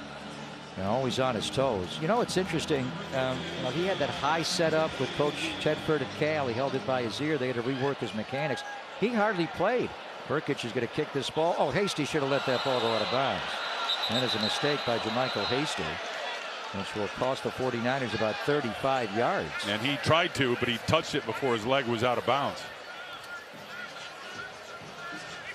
That's the coaching point. If you're unsure, get your foot on the stripe before you touch the ball. And he was trying to do that. And he was trying. So what you do is you go out of bounds, make yourself out of bounds, then touch the ball. Exactly. He did it the other way around. Now, getting back to Aaron Rodgers, he didn't play, Tim. His first 3 years in the NFL, he had a guy named Favre ahead of him, Brett Favre. But we're talking about Trey, 1 year developmental, last year just played 10 quarters of football. Aaron Rodgers threw 59 passes his first 3 years in the NFL. And broke his foot early in his career. You remember that. Was this year 18 for him now? He looks like he's having a lot of fun right now, isn't he? He's on the mystical tour. Ayahuasca. Jermichael Hasty, a flag came down in the deep secondary for the Green Bay Packers as they run. Jermichael Hasty is going to get some run certainly in the second half. We saw Trey Sermon, saw a little Ty Davis Price. And we'll look at Jermichael Hasty. Busy first half for Clay Martin, a typical first preseason game. A lot of flags tonight.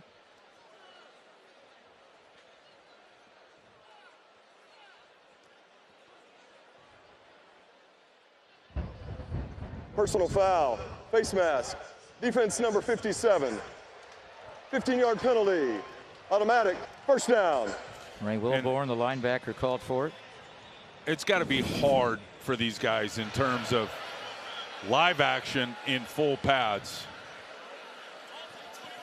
In terms of the details, and the little things. I mean, these guys have had, I know the 49ers have only had 7 padded practices. And then you're out here, and obviously the game action's hotter than practice action. And you really don't. People think you just show up in pads and play. It takes time. You got to find your groove and find your slot. And a lot of these sloppy penalties is the reason for it. First and 10, 49ers. Sudfeld will check it down. Jermichael Hasty, a block from Ray McLeod. Good block. Did not block him in the back there from Ray. Out of bounds to stop the clock with 29 seconds to go in the half. This is a good situation to end the half, and you want all the situations that you can that can mimic real football in the real season. And these kind of situations that you can't really practice, these opportunities to play the hurry up. And this is what the 49ers have been so good at in regular season games, getting points before halftime. Sudfeld will take a sack here. 49ers won the toss, deferred. Kyle likes to do what he calls lapping opponents, score before halftime. They're so good scoring late in the half.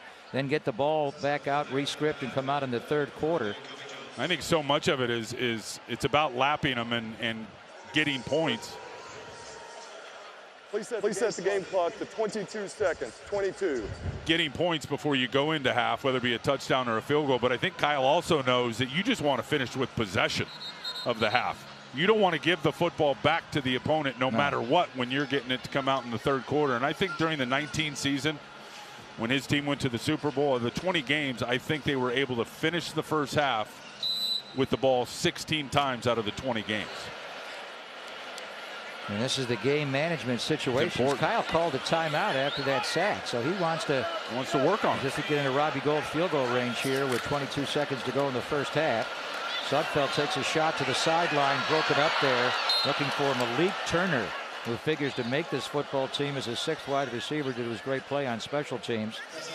Rico Gafford, the corner, able to drive on that ball and knock it away. Now that's a good throw from Sudfeld, and Malik's got to make that throw, or make that catch, excuse me.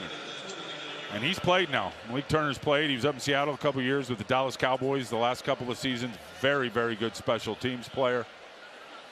Everything was right there. Sudfeld made the read, threw it to the side to get it out of bounds.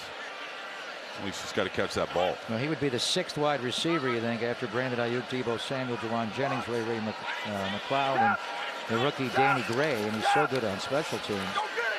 Sudfeld able to avoid the traffic over the middle to Danny Gray to midfield. Let's see if Kyle calls the timeout. Now he does, with 10 seconds to go in the first half. Beautiful work by Sudfeld. Really nice by Sudfeld, just stepping up in the pocket, finding Danny Gray over the middle of the field. Calls their second timeout of the half. 30 seconds. Justin School was getting pushed. Please set the game clock to 13 seconds. 1-3. And Danny Gray on the in-cut, T-Rock, proving he's not just a goal ball runner, a 9-route. He can run the inside stuff. He has a good change of direction. He catches the ball in traffic, and you could see that from day one when he got here for the minicamp after the draft. Well, Kyle said the first thing we saw with him is fast, and he loves fast wide receivers wherever he's been. Got to have it. Washington, Houston, Atlanta, here, Cleveland. You got to have fast wide receivers, but beyond that, he's tough. He is physically tough, fast and physically tough. He's got the size and he's got the 4.33 speed. And as I said, he will go up in traffic. I've seen him win 4 or 5 one-on-one balls in practice against some of the better corners the 49ers have. 10 seconds to go. Throw over the middle. Catch by Ray McLeod. Ball got knocked out late. A catch fumble. Looks like it may be coming back the other way. Ray had the catch, and then he got the ball knocked out of there. And it's Chris Barnes, the former UCLA Bruin, with the recovery. You had a Packer down on the field who took a big hit.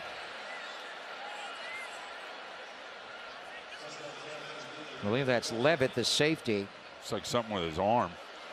Well, he made the hit in a big collision there. This is subject to review, but it looks like a catch fumble from Ray McLeod. Rolling on the like field the ball is a popped loose as McLeod was spinning by the defense. Out of it. First down, Green Bay.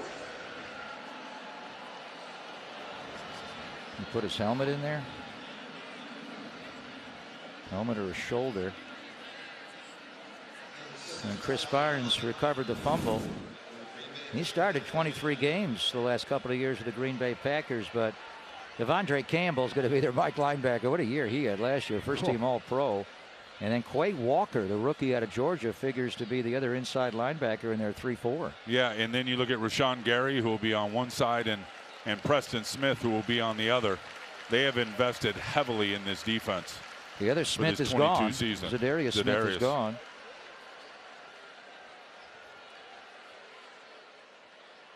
And he's actually in Minnesota now. Baltimore signed him for a bit, then the deal got rescinded. We're going to see him next week in the joint practices. Daniil Hunter on one side and Zadarius Smith on the other. 49ers are flying to Minnesota on Monday. The previous next week's game against the Vikings. Is now under further review. Yeah, I figured that was going to happen on a turnover. Yeah. And the question is, Pop, did Ray McLeod have possession of this football as it started to come loose? Well, if it's no catch would be the call. You put the ball back in midfield. He could take one more shot. So does he catch the ball, catch fumble? 2. It looked like he had it on his hip and started a football move, which was the spin to get back upfield. And then the question is did he have it pinned on his hip with possession before he spun back to his left. And frankly, and I think he did. That's been an issue with Ray more as a return man, is losing possession of the football. But I was talking to Brian Schneider about that, and he's obviously studied every single snap and every single turnover. He thinks that was a problem he had when he was a younger player that he's been able to solve the last couple of years in Pittsburgh. Now that looks like a clear fumble to me. Yeah, I think so. Catch fumble. One thing Kyle Shanahan was saying, they clearly wanted to upgrade the special teams. You're bringing Oren Burks, George Odom, and in Ray McLeod, you got an elite punt and kickoff returner, two different skill sets. He flourishes at both. But Kyle said, when I was looking at him just as a wide receiver, I wanted to bring him in just as a receiver. Well, he knows the whole route tree. He's a good route runner. Evidence of that with the touchdown early on the out and up where he shook the corner down to the ground. So they're happy to have him, not just in the capacity of special teams as a return man, but a guy that can be a legitimate deep threat on the offense. He's got real heat now. Let's take a look here. 1, 2, 3, bracing for the hit and spins back inside, and that ball comes out, I think, before that lower leg is down. That's the question. The knee go down. Is the knee down before it starts coming loose? I love these Exmo cams. Looked like it may have been coming out just before. It was called a catch fumble on the field, so they have to have indisputable evidence to overturn that. At last, Clay After Martin has a review, verdict. the ruling on the field does stand as called. First down. So it is Green Bay's ball. Green Bay has 6 seconds to go. If Aaron Rodgers was playing, we know what they would do.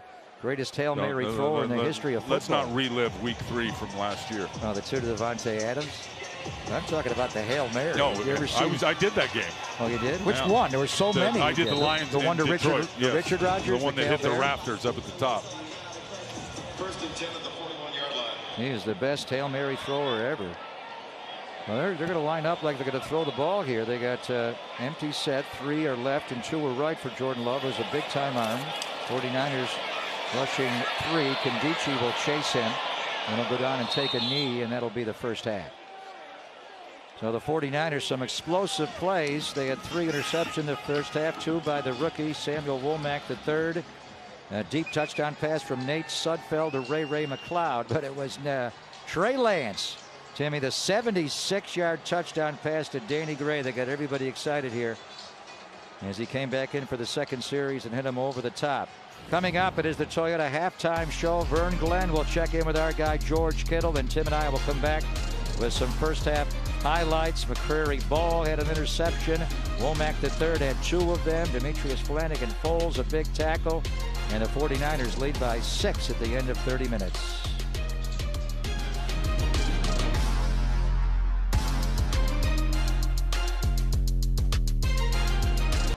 Well, the 49ers did not have a first-round draft pick this year. They traded it away to get a guy named Trey Lance to Miami. They took Drake Jackson, 61 overall. He looked good. We saw Ty Davis-Price for 2 carries and 4 yards. Danny Gray looked really good. T-Rock. Sam Womack looked really good in the first half. They had 9 selections this year. Yeah, and Spencer Burford played the whole first half at right guard, and he's in the mix competing with Daniel Brunskill to be the starter there.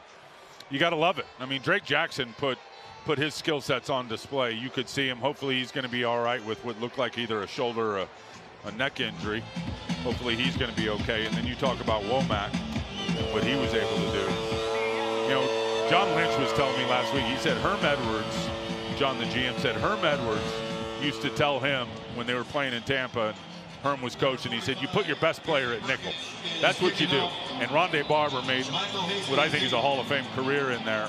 Now things have changed a little bit, but that just kind of illustrates how important that position is. Gabe Burkich kicking off for Mason Crosby, who's on the PUP list with a knee injury. JaMychal Hasty, don't sleep on JaMychal, with a good return out across the 35-yard line. Because when you look at it, when talking about Womack, if you look at that position, you can't really take a guy out of the game because he's so close to the line of scrimmage. Can be a blitzer, clearly a run defender, and covering those quick slot receivers. And then you got to be smart to be able to diagnose all the run pass reads that you got to deal with in there. We pause here as a Packer is down on kick coverage for Rich Bisaccia. It takes over as the new special teams coordinator. Nate Sudfeld will continue at quarterback for the 49ers.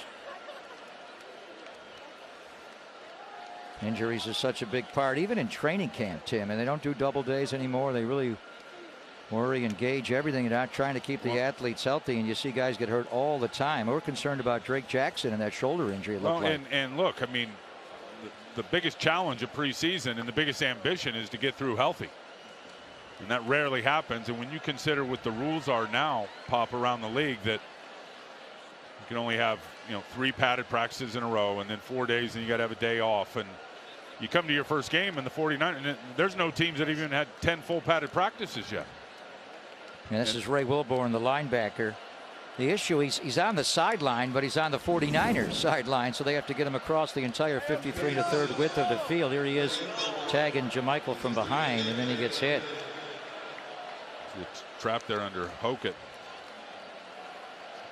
Is it an ankle injury? And he's limping off the field. So he is up, and he's traversing his way across the entire width of the field as Nate Sudfeld. And now he's able to jog off the field, which is a good sign. And that's why when you think of, the Packers had 21 guys out of this game, didn't even get a uniform. The 49ers probably close to 25 guys that didn't get a uniform. Why? Because you don't want to risk injury when you've had less than 10 padded practices. And frankly, the better work is going to be next week when they go to Eagan, Minnesota, the home of the Vikings. Do have joint practices with them next Wednesday and Thursday before the 49ers play them in Minneapolis next week. Nice play action pace, fake by Sudfeld, going to roll to his right, check it down to the fullback Hokett. Good work by Nate Sudfeld. We saw him step up away from traffic earlier in the game. Nice play action fake there, and then the movement to the right. Yeah, and you can see it, and he's every bit of 6'6", but he's still got enough nimbleness in his feet that he can do things like that. Good vision, feeling the pressure coming off to the right, skip out the side door, unload it for a completion. Nate Sudfeld went to Indiana University, drafted by the Washington football team in round 6 of 2016. 1 year there and 4 years in Philadelphia. And our second year with the 49ers, was inactive all last year. Did get up at the end of the year when Trey made the start against Houston, January the 2nd. There's a toss to Ty Davis-Price. Not a whole lot there.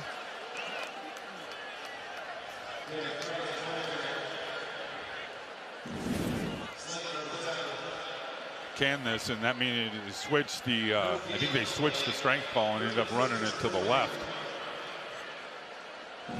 Couldn't get the block out there to get Davis-Price free. Tried to cut up inside. 3rd down and 6 for Nate Sudfeld. Hokett couldn't get the edge for him. 49ers 3 of 6 on 3rd down. Green Bay 4 of 10. Going to empty the backfield.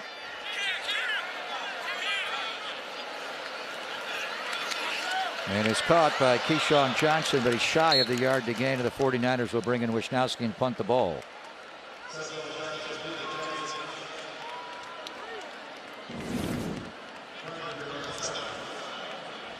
You're going to throw it in front of the sticks.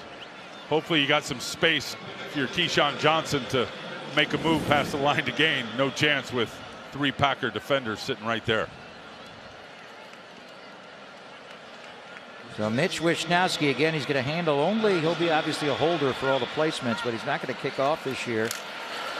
Had a bit of a down year last year. Did not get touched this time, and a fair catch is called for by the Packers here after a 48-yard punt by Mitch Wisnowski. And it was Ishmael Hyman on the fair catch for Green Bay. They'll be getting inside their 10-yard line when we come back with the 49ers up 20-14.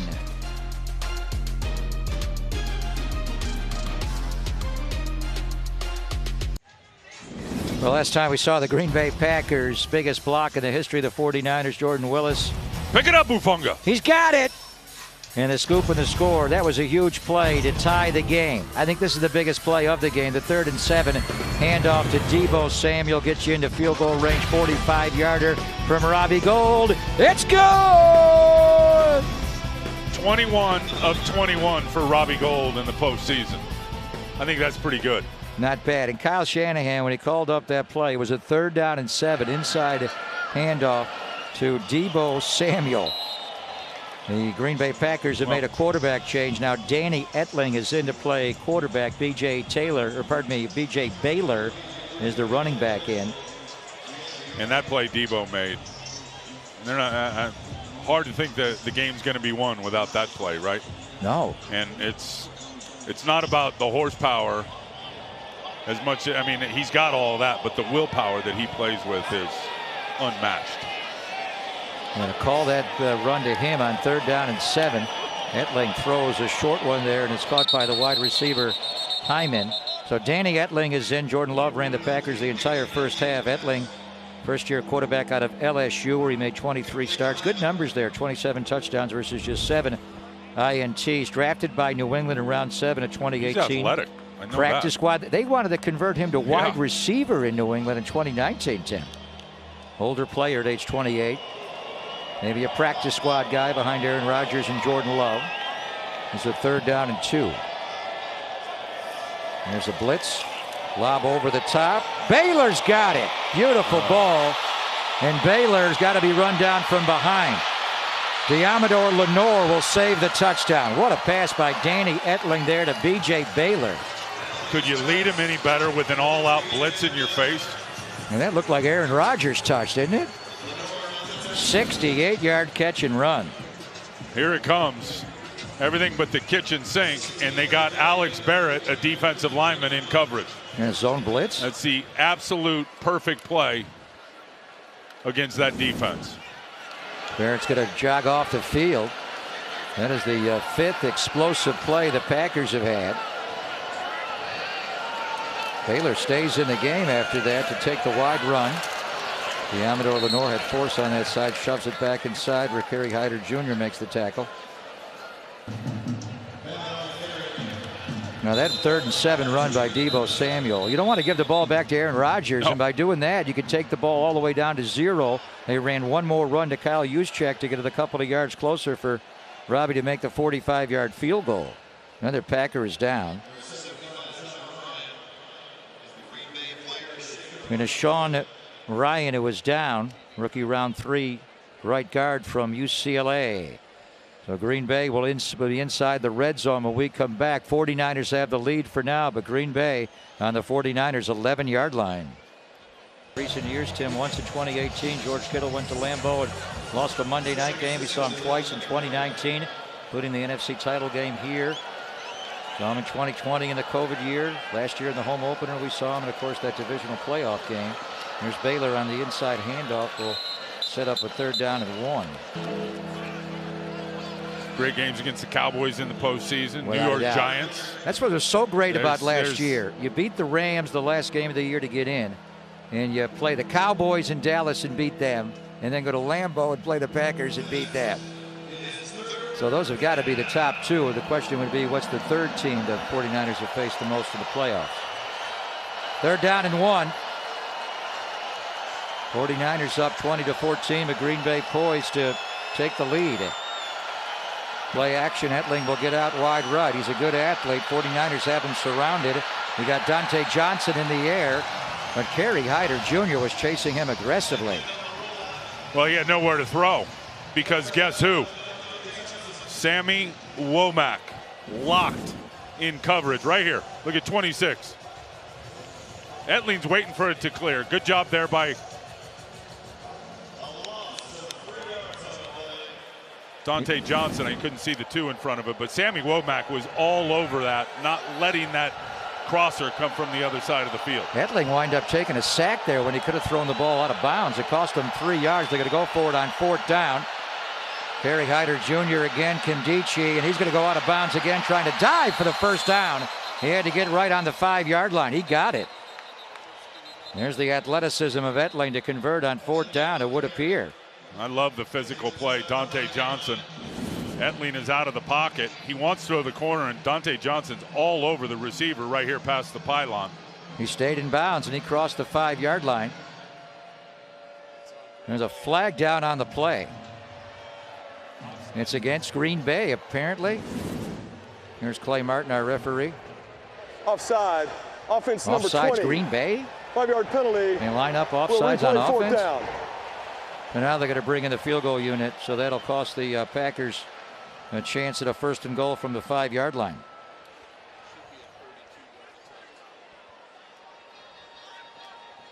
Boy, has he done a great job as the head coach of the Packers. 13-3, 13-3, 13-4 for Matt LaFleur in their 3 years. His head's got to be in the waistband of the center, the vertical waistband. And it is not.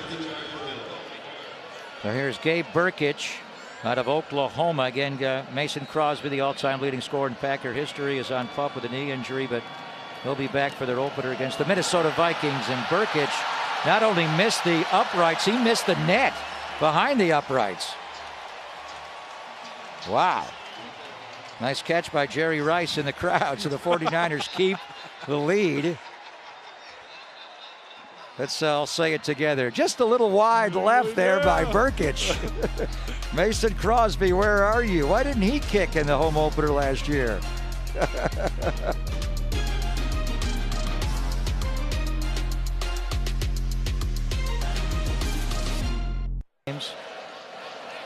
In 1990, and then when Jim Harbaugh was the coach, they had the NFC title game here against the Giants, lost in overtime. The other New York football team, the New York Jets, have suffered a knee injury with their young quarterback, Zach Wilson. Oh, he limped into the locker room with a knee, and it looked like a non-contact. Could be a bad injury. Keep in mind, Robert Saleh is their head coach. Mike LaFleur, Matt's brother, is their offensive coordinator, so they know Jimmy Garoppolo well. We do have to say hello to Jimmy if he's watching the game tonight. What a pro he has been in every regard, and the way he's handled this very interesting offseason, Tim. You got to give Jimmy a lot of credit. I do give him a lot of credit. I don't think it'd be going this smooth if he was a different guy. And I also give the organization a lot of credit. It's a tough business decision, no question. Malik Turner with a catch on the outcut there from Nate Sudfeld. So who knows? You get an injury in a preseason game involving a starting quarterback. Maybe the Jets will try to trade for Jimmy. And that's why you protect yourself by, and who knows exactly how this whole thing's gonna play out, but that's why you protect yourself if you're the organization, and you keep the communication straight with everybody. And now who knows, maybe you got an opportunity to move Jimmy Garoppolo for a draft pick. Joe Douglas is the Jets general manager. Ty Davis Price looking for a goal line short yardage runner. We know Jeff Wilson Jr. can do it. Ty Davis Price just dropped his shoulder pads there and popped him. And good vision, just blip out to the left. And did you see how as he crossed the line of scrimmage, those shoulders were squared up? No glancing blows are going to knock him backwards as long as he keeps those shoulders square going through the line of scrimmage. Not only a big guy at 219 pounds, but he ran a sub 4.5, a 4.48 40 at his pro day at LSU. We'll run him again. Ty Davis Price, cutback run, beautifully done. That is a classic 49er outside zone with a one cut, and he took it back across the field. Good gain there of 10 yards. Yeah, good blocking on the backside, but you're just not going to tackle a guy this size with an arm tackle. Reaching out like that, no way. Just look at the vision on the inside zone cutback. Everybody overplaying it. That's the way they teach it here. One cut downhill. 49ers have a new running back coach in Anthony Lynn, the former head coach of the Chargers and a Super Bowl champion in Denver with Mike Shanahan as a player, also played here. Going to miss Bobby Turner this year, but Anthony Lynn is a quality coach. Now, Ty Davis Price getting some handoffs here, Tim. Again, LSU round 3 pick, number 93 overall this year. 278 yards against the Florida defense, and last year rushed for over 1,000 yards, did it in 12 games.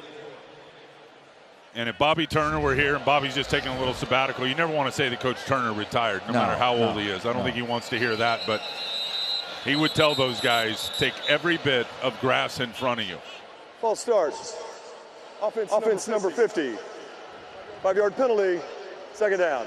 If you see 2 yards of green grass in the hole, hit the 2 yards of green grass. Take every bit of it and squeeze it all out. So many guys come into this league, and I think Trey Sermon was a perfect example of it last year, is they want to come in and they see that hole close and they want to bounce, think they can get around the corner and outrun everybody. That does not happen in this league. So it's 2nd down and 15. Ty Davis-Price will take a play off, and it's Jermichael Hasty back in. Takes the inside handoff, and he explodes out to midfield. Where she got Trey Sermon. They drafted Ty Davis-Price. We mentioned Elijah Mitchell, Jeff Wilson Jr. But Jermichael Hasty just continues to impress. Love him. A 5'9" muscle. He is just plays with that low center of gravity. Some good blocking up front. Mills was able to get a kick out. Good block by Jason Poe. I like Jason Poe. Mercer, college free agent. He's wearing number 62. He's playing right guard, and he is 6'1", 305 pounds. Wow. Short, quick, and thick. Wow, he is an interesting guy and someone that Trent Williams took under his wing. A little roll here by Sudfeld. Lobs it up, and it's not able to be caught there by Mack. Austin Mack. Throw. Good play by Nate Sudfeld, who was showing a lot of mobility on these rolls, Tim, and accuracy off the movement. Oh, yeah, he's got plenty of foot speed, and he's done a good job of just – this one's obviously by design. You fake that inside zone roll out. He looks down low to Fumagalli, and then up over the top. Austin Mack probably should have caught that. Good throw from Sudfeld. That's the classic outside zone of the boot game off of it when you have 3 layers of eligible wide receivers. You get the second receiver there, and Mack couldn't bring it in. Now, Sudfeld has played well. Here's Mitch Wisnowski to punt. 49ers still up 20-14. He'll try to drop this inside the 20-yard line. Hyman down to return for Green Bay.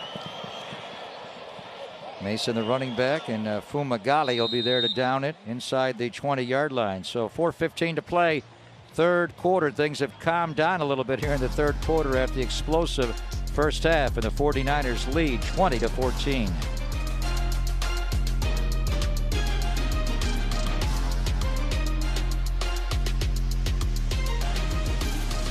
All right, alongside is Trent Williams, and I had to get on the step stool for this one. Hey, you know what I noticed about you? When these linemen came out and they were sitting on the bench, you went over right away and just pointed out certain things you saw. That's coaching, huh?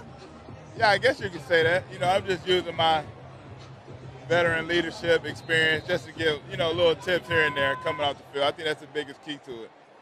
Veteran leadership. I don't want to embarrass you, man, but Dre Greenlaw, he called you the best player in the NFL, period. I appreciate it. I ain't gonna, if that's what he thinks, and that's the truth. But I'll let them say that. So we're watching points being put on the board, Trent. I know that you were looking at interior play. What did you make of what you saw? I think obviously it's the first game. It's gonna be mistakes made here and there, but for the most part, man, the team looked good. They're flying around. They're making plays. This is 49er football. It's exactly what we want it to look like. And last one for me is the obvious question. What'd you think of Trey Lance? We know, yeah. That's what we grown to expect from him, huh? Big plays, especially in the preseason. So as advertised. Yeah, as advertised. Hope we carry that to the regular season. Hey, thanks for a few minutes, man. Yeah, no problem. Okay, Greg, Tim. Yeah, I'd say he's the best player in the NFL. First team All-Pro for the first time in his career last year, which is shocking that he didn't get it before. The Madden people, when they came out with a video game, gave him the highest honor. He got a 99 rating. They don't go to 100. What a player. He really is. And he's just such a good person in terms of his leadership, and all these guys bounce stuff off of him. He has been great for Nick Bosa, and conversely, Bosa's been good for him. He's just an absolute technician that's loaded with ability, and more than anybody else has got for the most part. George Odom going to be a score special teamer for the 49ers, makes the tackle. And when you think of Trent Williams, we all know about the size and how he mauls people and how strong he is and his mentality, but it's his athleticism that really, I think, sets him apart. The ability to get out there on pulls and hunt up 195-pound corners and stay with them. And I think a big part of it, when you watch his game, is he manages fighters, like boxers and fighters, and has even done a lot of boxing himself. And he uses his hands like when people are rushing him, he's parrying their hands off of him like a boxer would when you're throwing punches at him. And he has transitioned that into his football game. First to the Pretty punch. incredible. That's something Bill Walsh talked about, a lot of boxing analogies. Talking to Eric Armstead there. This is a franchise that went from Joe Montana to Steve Young. To go from Joe Staley at left tackle, a future Hall of Famer, to Trent Williams at left tackle, Tim, is just amazing. And we knew he was a great player before he got here. The tape shows that. It's been a pleasure knowing him the last couple of years and realizing what a great person and teammate he is. That's what I didn't know about him. I got a chance to meet him when he was a rookie, covering him with the Washington, now Commanders. And remember, he had to sit out a year. Yes. With his illness and his health situation, and then came here, and it was a little rusty at first, but not physically, just on. It's confusing up there. Who to block, when to block him, where to block him. As soon as he figured it out, it was over. And he also got to figure out how to run in this running game, and we'll keep an eye on Todd Davis-Price. That was more of a straight ahead downhill run. One thing he's got to realize on the outside zone, Tim, whether to keep it play side or cut it backside. Well, the read's going to tell him that, but more importantly, as I was saying earlier, and I'm sure Anthony Lynn, they all coach it the same way, and Coach Turner stressed it more than anybody, is taking that grass that's in front of you, which means north and south, squeeze everything you can out without going sideways and in fear of losing false yards. start. Jason Poe, offense number we were just 62. talking about false start there. He pulled 5 out yard penalty, second down. You know, it's another guy. Trent Williams has taken Spencer Burford under his wing. He's also taken Jason Poe literally on his wings, on his private airplane to fly him back here for OTAs in the offseason.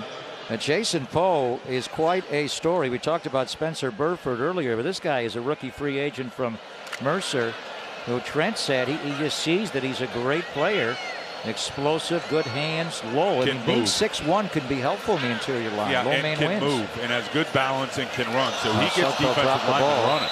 Sutpel dropped the ball but was able to retain it here. And the 49ers in the second half have turned the ball over a little bit. Ray McLeod with a catch fumble. Bad snap here from center. Sutherland.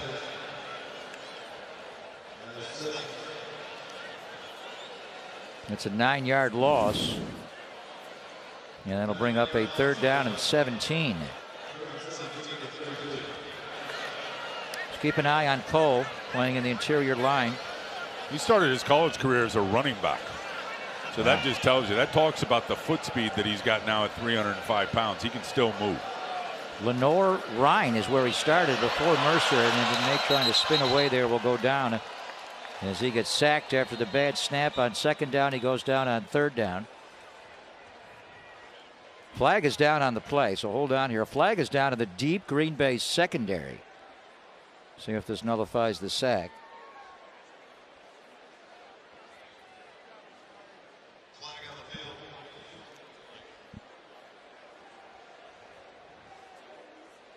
A lot of conferences with Clay Martin's crew tonight. They want to get it straight before he goes on the microphone. There's no foul on the play for illegal contact. It's 4th down.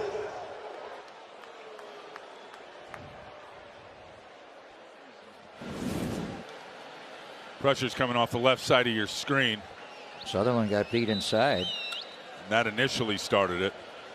And he's trying to peel out. Just gets tripped up if he's trying to spill out the side.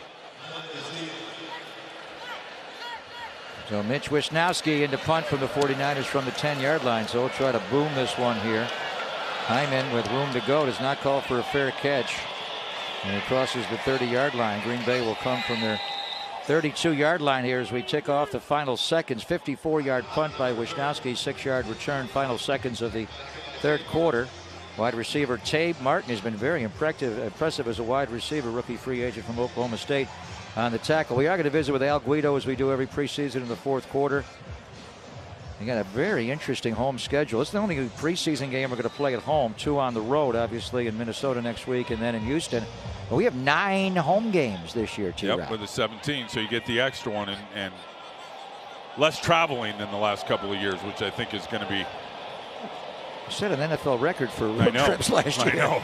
What do we have, 12 road games, including the 3 of the playoffs? That's never been done in the history of the NFL. The home schedule, we'll get into it with Al. 49ers play the AFC West this year, which is loaded. Nasty. And the NFC South. So, outside of the division, Kansas City will come in here in October. The Chargers and Justin Herbert in November.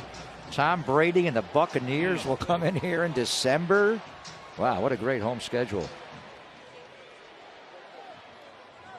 And they got to go to Denver to play Russell Wilson in week 3. I don't know about you, and I've always been a fan of Russell Wilson, but man, am I glad he's out of the NFC West. Yeah, but I thought we wouldn't have to see him ever. He's still got to play him in week 3. At least it's not twice a year. The home openers against his former team, Seattle, and then we go to Denver to see him. So Al Guido, the president of the 49ers, will drop by, get you ready for the schedule. Nate Sudfeld and Trey Lance TD passes, and the 49ers lead after 3 quarters.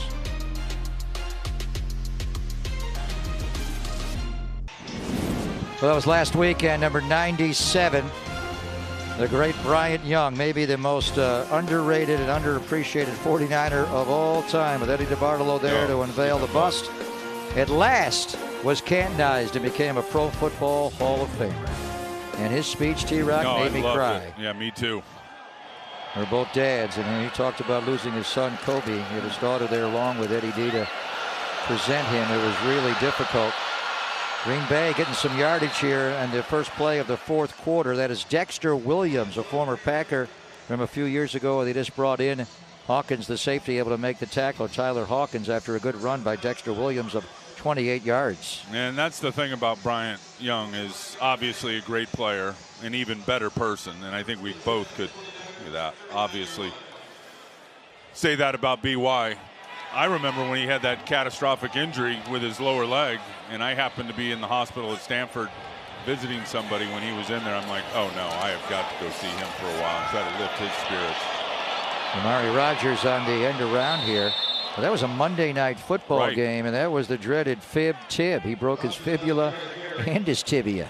And then he came back and played probably the best football of his career after that. And back then, guys were coming back from him, but it wasn't that common from that type of a catastrophic injury, especially at that position. Took him a long time to get in the Hall of Fame the way it did John Lynch, but doesn't matter how long he got there eventually. 2nd down and 6, quick throw out right to Morey for Green Bay. Torrey, I should say, the rookie round 7 draft pick out of Nebraska. And Curtis Robinson has got to be quicker to see this so he can get on his horse and get out there and be in better position to make a tackle. And Curtis Robinson's he's got a great chance to make this team as a backup linebacker and a special team player. And I think when you look at Daniel Snyder and the special teams scheme that he brought in here, a lot has changed, and I think it's going to fit the skill sets of Curtis Robinson very well. And he's a former Stanford Cardinal. John Lynch likes his Stanford players. Look at Dante Johnson. Wow. 4th quarter of a preseason game. Jimmy Ward technically has been here the longest as far as tenure, but Dante Johnson's been around here forever. And whatever role you put him in, is he playing safety right now? No, he's playing nickel corner, and that's what you call run support coming off the edge for Dante Johnson. He may be at safety and just slid up in there. He's playing safety Or right they now. rotated, inverted he with Quantrez Knight, but he came off the edge on a blitz. Yeah, he can do anything. Play outside corner. He's jumped to the nickel and played really well, and they're giving him more snaps at safety. Quick throw out left to Amari Rogers down the sideline. Hawkins trying to save the touchdown. He'll dive for the pylon there, and Green Bay has tied the game at 20. Nicely done by the embattled second-year receiver and kick returner Amari Rogers, 22 yards for a score. And a good quick throw, and it looked like Dante Johnson was going to make that play coming from the free safety position and just took the wrong angle, getting behind Amari Rogers. Here's the quick throw. Now you're going to see 27 come flying into your screen. Little okey-doke for Amari Rogers, and then leaps to the pylon. Well, he's lost weight since last year. Ooh, is that heel out? Is that side of his foot out? Subject to review since he did score. This is an automatic challenge. He only had 4 catches all of last year for 45 yards, and they thought he'd be a dynamic kick and punt returner. There were times they had to take him off returns last year. And he's played well tonight. Did he stay in bounds and get that pylon before Hawkins was able to get him out of bounds? This has gone back to New York for a review before they kick the extra point.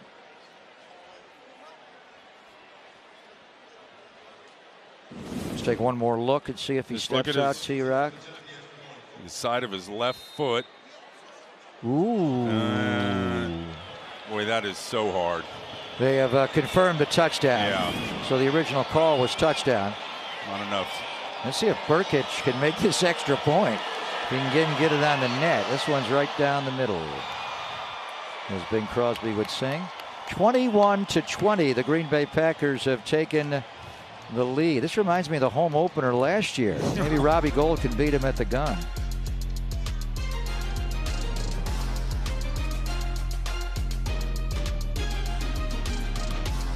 To start the last quarter of preseason football we're going to have at Levi's. Just one home preseason game, 2 on the road, Minnesota next week, and then Houston. That means the 49ers have 9 home regular season games. The president of the 49ers, Al Guido, is here.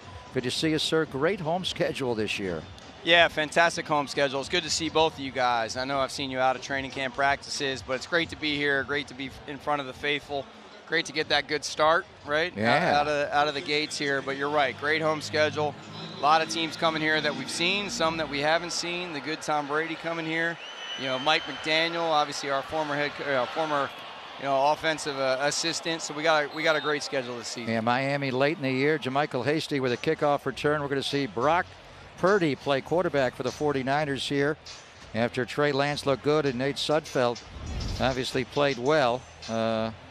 And the numbers at Iowa State, T-Rock, for Purdy, really impressive. Oh, no, he's a player now. And it's run and pass and the ability to read the coverage and deliver the ball on time. It's all fun to watch, and it's been good in practice. One thing, Al, I've really enjoyed about practice is having all the fans back out there. I know they've enjoyed it, and the players love it.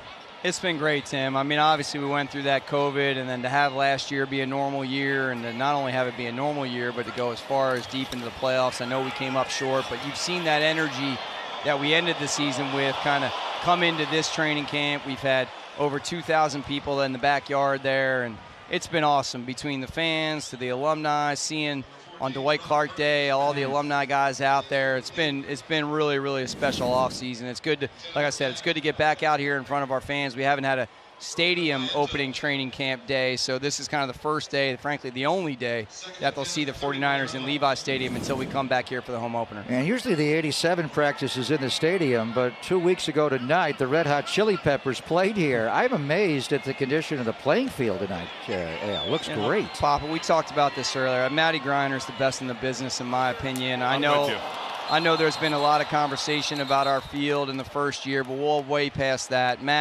Matt does a hell of a job here. You know, we put obviously events here, but I think from our players' perspective, the health and safety, having a grass surface, you guys cover our team, you cover the NFL, you know what artificial surfaces look like, the injuries that happen. So the commitment of our ownership team, the work effort, ethic that Matt and his team put in. This is a world-class facility, world-class football field that these guys are playing on. I would argue that it's the best outdoor grass field in all of pro football. I totally agree. And you know what? It's good to have these events come back here. We all know that we're here for the hero feature, which is the San Francisco 49ers, but to be able to bring concerts, to be able to bring the future World Cup. Oh, look at this. Good play. It's Tanner Hudson with a catch on the throw by Brock Purdy. A flag also down likely against the Packers, T-Rock, in the secondary. I know how much you like Purdy. Decisively gets the ball out of his hands. Yeah, first one he threw a little bit late, almost intercepted. That one off his back foot. Defense, number 57. Penalties decline. And finds Tanner Hudson in the middle of the field. Yeah, Hudson just wiggling around the linebacker that sniffs up on the teaser route. And Purdy was able to hold it long enough that it cleared through. That one off his back foot, too, and still was able to hit his target. Tanner Hudson has great hands, the former Tampa Bay Buccaneer. You mentioned Tom Brady and the Bucs will be here later in the year, Al, but 9 home games this year. Kansas City will be in. New Orleans comes in. You mentioned Miami. How about the LA Chargers coming in? What a great home schedule this year. Fantastic home schedule. And look, we got to get off to a faster start here at home than we did last year. The fans were great all season long, but to win those last couple home games and then to go on the road. You know, you and I talked a little bit earlier on KMBR about, the Mexico City trip and making that a home game against the Arizona Cardinals, which is a division opponent. We talk about faithful to the Bay. We see 70,000 fans here and throughout the season, but I'll tell you, you guys saw it last year on the road, what that meant to have, frankly, home games. I mean, when Matthew Stafford's, sitting behind center and he's talking about going to a silent count, like We need that again in LA. We need it in Las Vegas. We need it in Denver. We need it in Mexico. I mean, we need it all the places we go. This is a tough schedule this year. There's no question about it. I feel really good about our team, but I'll tell you, our fans are fantastic. Let's bring that same energy into this season. Yeah, and I think they're going to be ready to roll and going to need to roll when you talk about the quarterbacks that are coming in here to play, and you've mentioned the great ones, and crowd noise is of course, the great equalizer. 9th year in the stadium, and we've been here for all of them. Some of the things that are going to be refreshed or new in your mind. You know, I'm really excited. I mean, it's crazy that we're heading into this 9th season. Good run by JaMychal here. You know, it's crazy to me that we're heading into. You just can't help yourself but talk ball. Look at man. you. You love it. I love it. I love it. Look, I want to win this game. I know you do. When these guys put these pads on, we want to win this game. This means a lot to all these guys out there. But I'll tell you, 9 seasons in this building, it's kind of crazy to think about. And I'll tell you, we have a lot of stuff that's new in the building that you'll come see. Our game day satisfaction scores, we're up 15% year over year last year, but I feel like we're never there, right? We're always striving for perfect. We may never find it, but we're working our tails off to get there for our fan base. And obviously the guys on the field are doing their job. Great ball. Oh, nicely done by Brock Purdy. Rolled right into the end on that side. Got away from him and hit Mac T-Rock. And he's got plenty of arm strength. He reminds me in terms of how he processes everything like Nick Mullins. Like, you know, he sees it. He's like a coach on the field, but I think he's got more arm talent than Nick had. Athleticism, too, to avoid the rush. Absolutely, definitely more athleticism. And that's taken nothing away from Nick, who obviously played some big games here, but be able to throw off your back foot to that spot over on the other sideline is pretty impressive. At Iowa State, they ran a lot of design quarterback runs for him. He had some good rushing totals there. Was a 4-year starter. There's Ty Davis-Price. Nicely done. The rookie class looks good, Mr. Guido. You mentioned going to Mexico City. Boy, well, what a weekend for 49er fans to go there. The World Cup is going to be going on at the same time. So how do 49er fans attend that game? Well, we're going to put tickets on sale here the 18th of August. So go to 49ers.com. I'll tell you, it's going to be a small amount of tickets. So most of it will go to our season ticket members. But, you know, there's a tremendous secondary market. There'll be tickets on Ticketmaster or StubHub or whatever channel you go to. And that's great about today's NFL. You can walk into any venue. You can walk into any city. You can open up your phone and you can buy tickets. So for us, I know both teams are red. So the only way we're going to know whether or not we have a home field advantage is the minute that Kyler Murray steps back in that shotgun formation, and he's got to step his foot to the ground or clap a little bit because his center can't hear him. And I really feel as that gives our team an advantage. I mean, we saw it last year. I mean, to go to Green Bay, you know, there's a lot of talk about Bay Area fans and 49ers. We were there, guys. That was not an easy environment to play in with that weather. So when you look up on our sideline and you see our guys come out for warm-ups and they turn around to a bunch of red behind them, you feel it. You see what their reaction is. So bring that energy both here and on the road all year. 2nd down, 5. 49ers looking to take the lead back. Fumagalli goes in motion. Purdy going to roll to his right. Will he run it in? Looked like Joe Montana looking for Dwight Clark there for a second. No, he was really throwing it away. Well, Clark would have caught it anyway. Speaking of the World Cup, when we go to Mexico City, that's going to be going on right at that time. The World Cup, you don't have to go to Mexico City to see the World Cup because it's coming here in 2026. Yeah, we got a lot of stuff on the docket. Tim was asking about stadium refreshes, and I'll tell you, the York family does a great job putting dollars into this facility to keep it up, to keep it refreshed. We're constantly thinking about what we can do. So yeah, we're excited that we landed the 2026 World Cup. I have not been quiet. I know the NFL maybe give me a hard time or two, but I have not been quiet about our efforts to land Super Bowl 60 or 61. And, you know, our fans deserve it. Bay Area's been great. Get in there. Yeah. He got it. Yeah. Beautifully done. Tanner Hudson with the touchdown. Brock Purdy puts the 49ers on top. How about that guy just buying time, surveying the field? It's an empty set. There's 5 out versus zone coverage. He's got to get away from a little bit of pressure. He's able to slip out to the side, and Tanner Hudson looks left, pumps. No, I think I'm going to go out to the right to the corner of the pylon. Touchdown, past the end zone, past the goal line. Wasn't quite sprint right option, but pretty close there. They're going to go for 2 here. It's 26-21, so you want to make it a 7-point game. So let's see what he does on the 2-point conversion. Taking charge of this football team. This guy, T-Rock, played a lot of winning football at Iowa State. He won 30 games there in 43 starts. Well, he was Gatorade High School Player of the Year in Arizona, and I think he could have went to Alabama. At least that's what I read. Chose Iowa State and blew it up. Goes under center on the 2-point conversion here. Short drop, back shoulder. It is caught for the 2-point conversion by Keyshawn Johnson. That's QB polish. He read the corner, stacked on Keyshawn Johnson, and just fired that right behind his head over his ear hole. Quarterbacks have played well tonight, boss. Wow. Trey Lance, Nate Sudfeld, and now Mr. Relevant, we're going to call him, right? Yeah, and I love the going for 2 there. Love it. Thank you, Mr. Guido. Let's have a great year this year. Thank you, guys. Al Guido, 49ers president.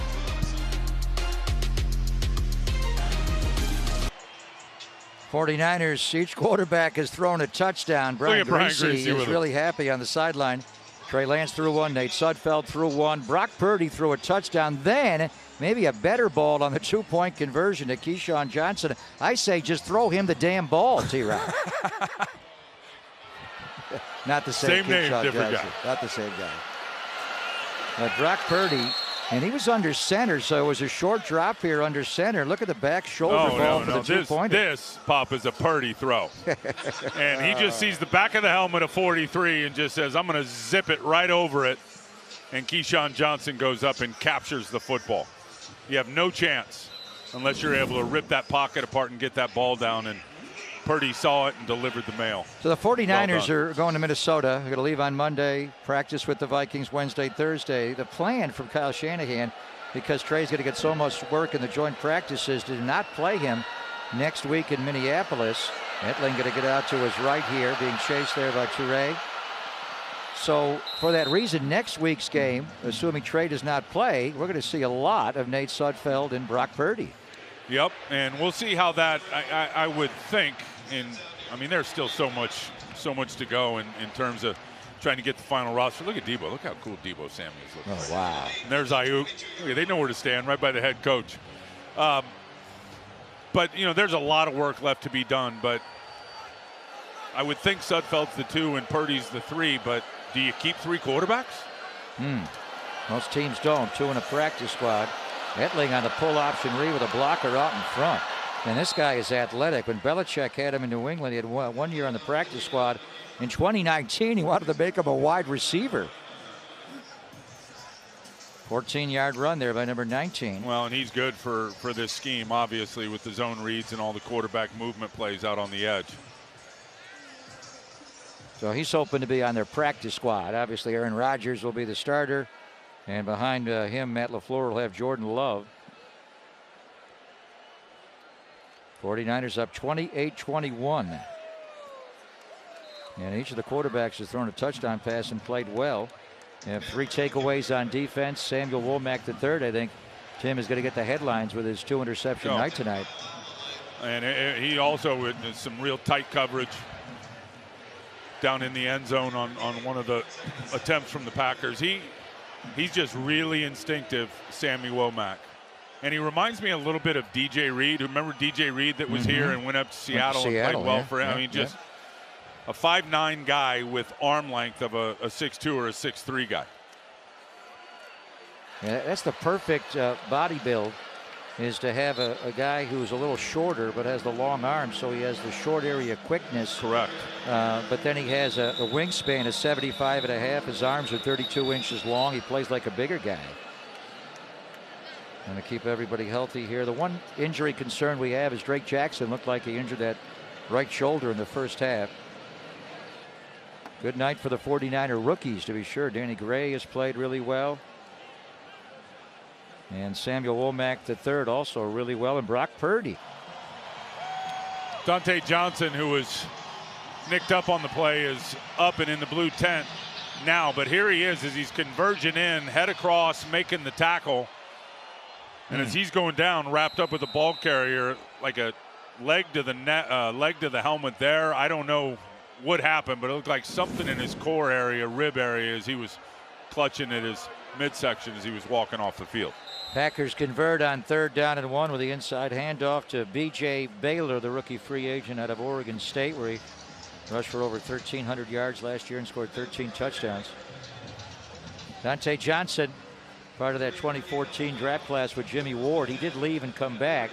So Jimmy's technically the longest tenured 49er, but Dante Johnson's played a lot of good snaps and here. has been instrumental and in big moments for this team. Medling on the half roll to his right.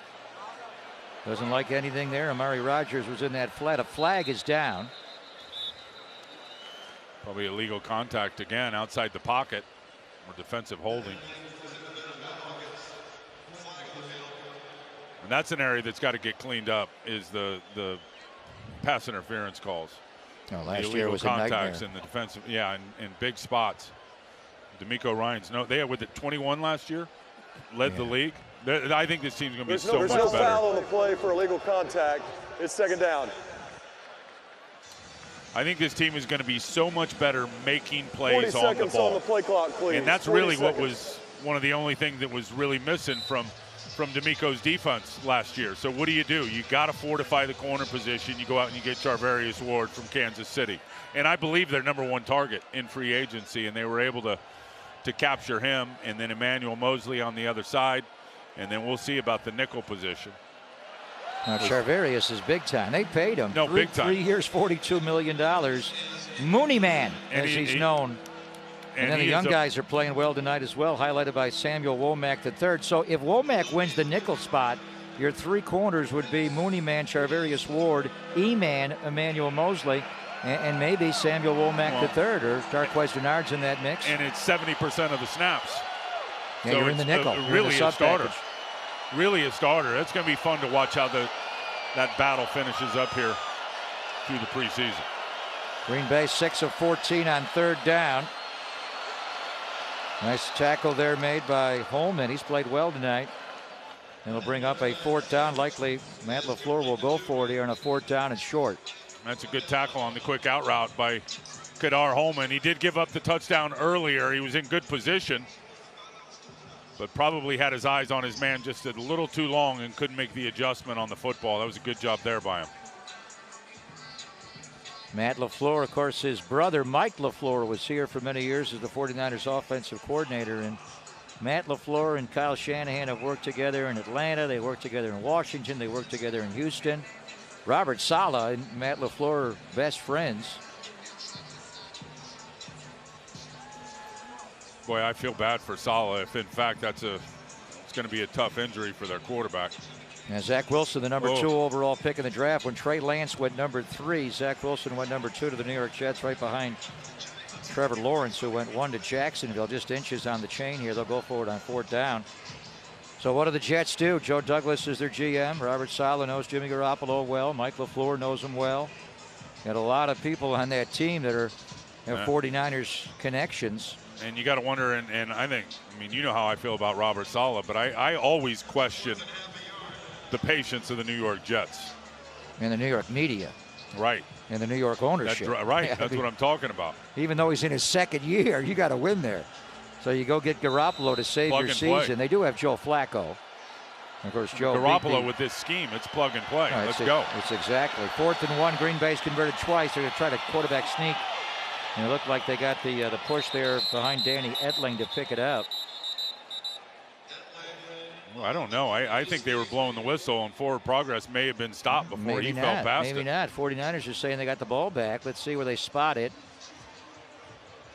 That is Zach Tom on the offensive line for the Green Bay Packers, who was a rookie round 4 to Wake Forest. So the spot of the ball, they didn't get it on that spot.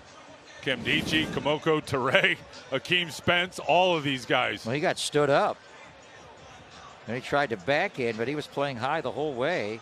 Low man wins. Where they spot the ball here, it looks like he's short. This could be a challenge, though. Gonna be close.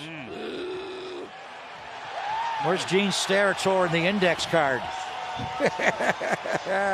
49ers hold and take over on downs. Put and the LaFleur Kamoko challenge on that? The Kamoko Dragon? A Toure. Hooray for Toure. Let's see what LaFleur does. Talking to Rich Bisaccia. 49ers are going to take over here on downs. 4:26 to play. Let's see if Brock Purdy can pick up a couple of first downs here. Green Bay has 3 timeouts to use.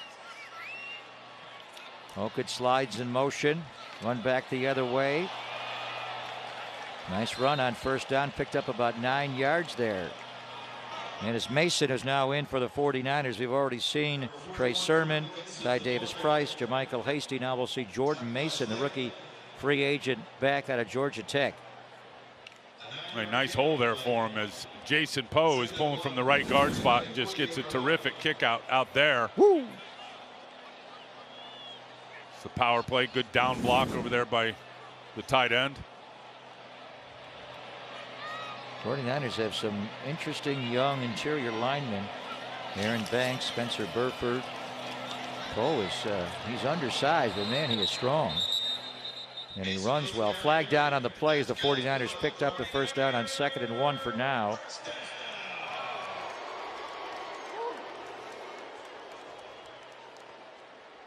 Here's Clay Martin, our referee. Holding. Defense, number 99. 5 yards will be added to the end of the run, automatic. First down. Jonathan Ford is called for it. Rookie round 7 defensive lineman and nose tackle behind Kenny Clark out of Miami, Florida. Trying to grab Donovan West there. So you know what Kyle Shanahan's thinking here. Just see the back judge throw the flag. Yep. Just run the clock out. Well, it's a great opportunity to take the air out of the football right here in the 4-minute drill. And that is Kyle football. Green Bay does have all 3 timeouts left. Again, Mason. A And good nice cut vision there up to find inside. the fullback, but he went bend it back the other way away from the lead block of Hokett. He's looked good in training camp. He has, and again, it's between the tackles. And he reads it perfectly as Hokett was to the outside, and then he saw the crease open inside, foot in the ground, downhill. Doesn't look like LaFleur's going to call a timeout. Maybe he will after 2nd down, but it is a preseason game.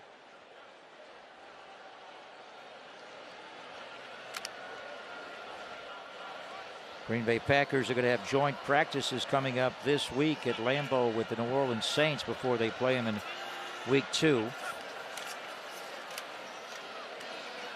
Oh, nice cut back there by Mason to pick up the first down. Got congested play side, cut it back to pick up the first down. Well, and what he's doing and what the running backs do is they're reading that defensive lineman, and is he getting hooked by Poe right there at right guard?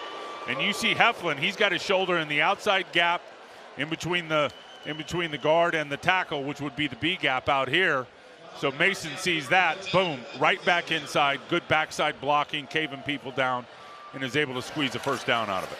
It does not look like Matt LaFleur is going to elongate this game. So if that's the case, the 49ers can pretty much kneel the game out. We're going to hit a play here with 4 seconds on the play clock and then hit the 2-minute warning after this running play. Lost the cut there on the Mason cut. So LaFleur, now he will call a timeout. Just before the 2-minute warning, he calls the timeout with 2:06 to play. Timeout. Another good block by Jason Poe, double team and working with Donovan West. Please set the game clock to 2:08. And again, you can be 6'1" and be effective if you play with a low center of gravity and you're quick. Look at that quickness onto the double team. I mean, that is a cave out job. Mason doesn't get up in the hole, but a really nice job double team blocking there with Jason Poe and then getting on to the linebacker. Well, these rookies have played well, and Nate Sudfeld played well, and then Brock Purdy, not just the numbers and what he did in college, and we talked about being a 4-year starter. I love this. He had 47 starts in college, Jimmy, Mr. Irrelevant. Last pick of the draft at 262.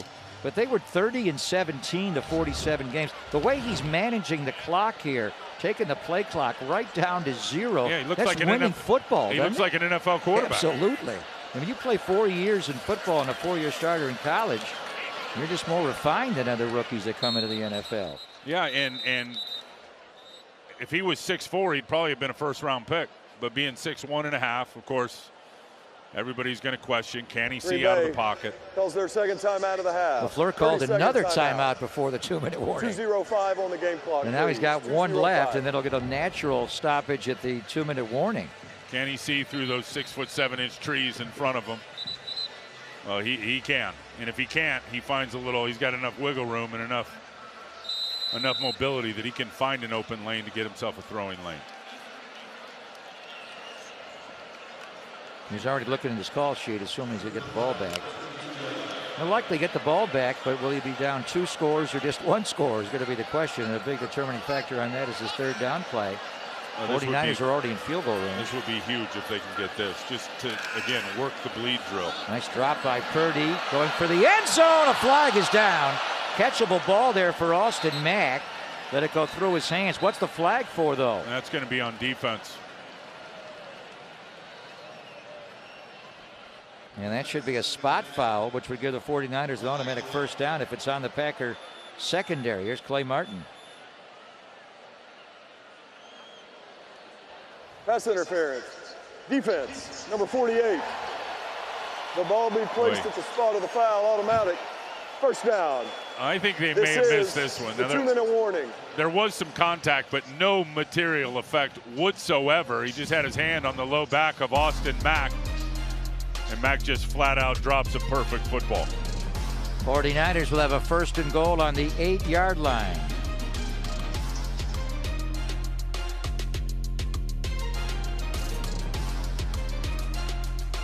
For the upstart 49ers, they're 6 yards away from Pontiac.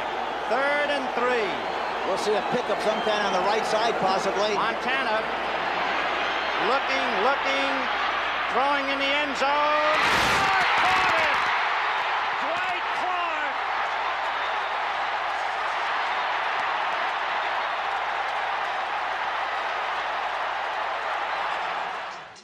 It's a madhouse at Candlestick. The catch called by the best that's ever been. We lost the great Vin Scully when the Dodgers were in town to play the Giants recently. And obviously 67 years as the Dodger broadcaster, the greatest baseball announcer ever. But he was a tremendous football announcer, and he called that game, the NFC title game. I'm going to call the same play here, Tim. Sprint right option. No, they're going to kneel the game out. Call the victory position. They're going to kneel the game out. Who's going to do the backflip here? You got to get Drake Jackson to do that. Richie Let James that shoulder Jr. used heal to up do a that. little No, bit. he's got to heal up. Ayuk can do it. Brock Purdy really impressive here. So Matt LaFleur obviously is not going to take any more timeouts after the 49ers got the PI call to make it first and goal from the 8-yard line. So an impressive night. Samuel Womack the third on defense with the 2 picks, and they have different skill sets, but each of the 3 quarterbacks, Trey Lance, Nate Sudfeld, Brock Purdy, played really well tonight. Yeah, and I think, credit to those guys, credit to Brian Greasy, the quarterback coach and his first year coaching the QBs here, and then the weapons that they're throwing to. And what I really enjoyed about tonight, it was all new faces. And clearly it's got to be a lot of new faces when you got 25 guys sitting. Yeah. But Danny Gray, going to be counted on by Kyle Shanahan and as a 3rd-round pick with that heat and that ability to go up and get those circus catches. Ray McLeod getting the out and up and shaking the corner down. There's a new face who's going to be the punt returner here. He's got a touchdown throw from a catch in the throw from Nate Sudfeld.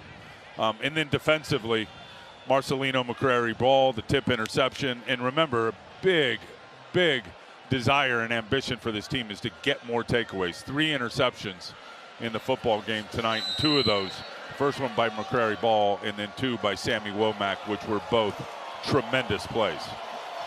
Big time plays. 49ers win it, running 3 kneel downs there. Now Kyle Shanahan will go to midfield to visit with his good friend Matt LaFleur. Again, they were together in Atlanta 2015 and 2016, in Washington 2010 through 13. Before that, it all started in Houston in 08, 09.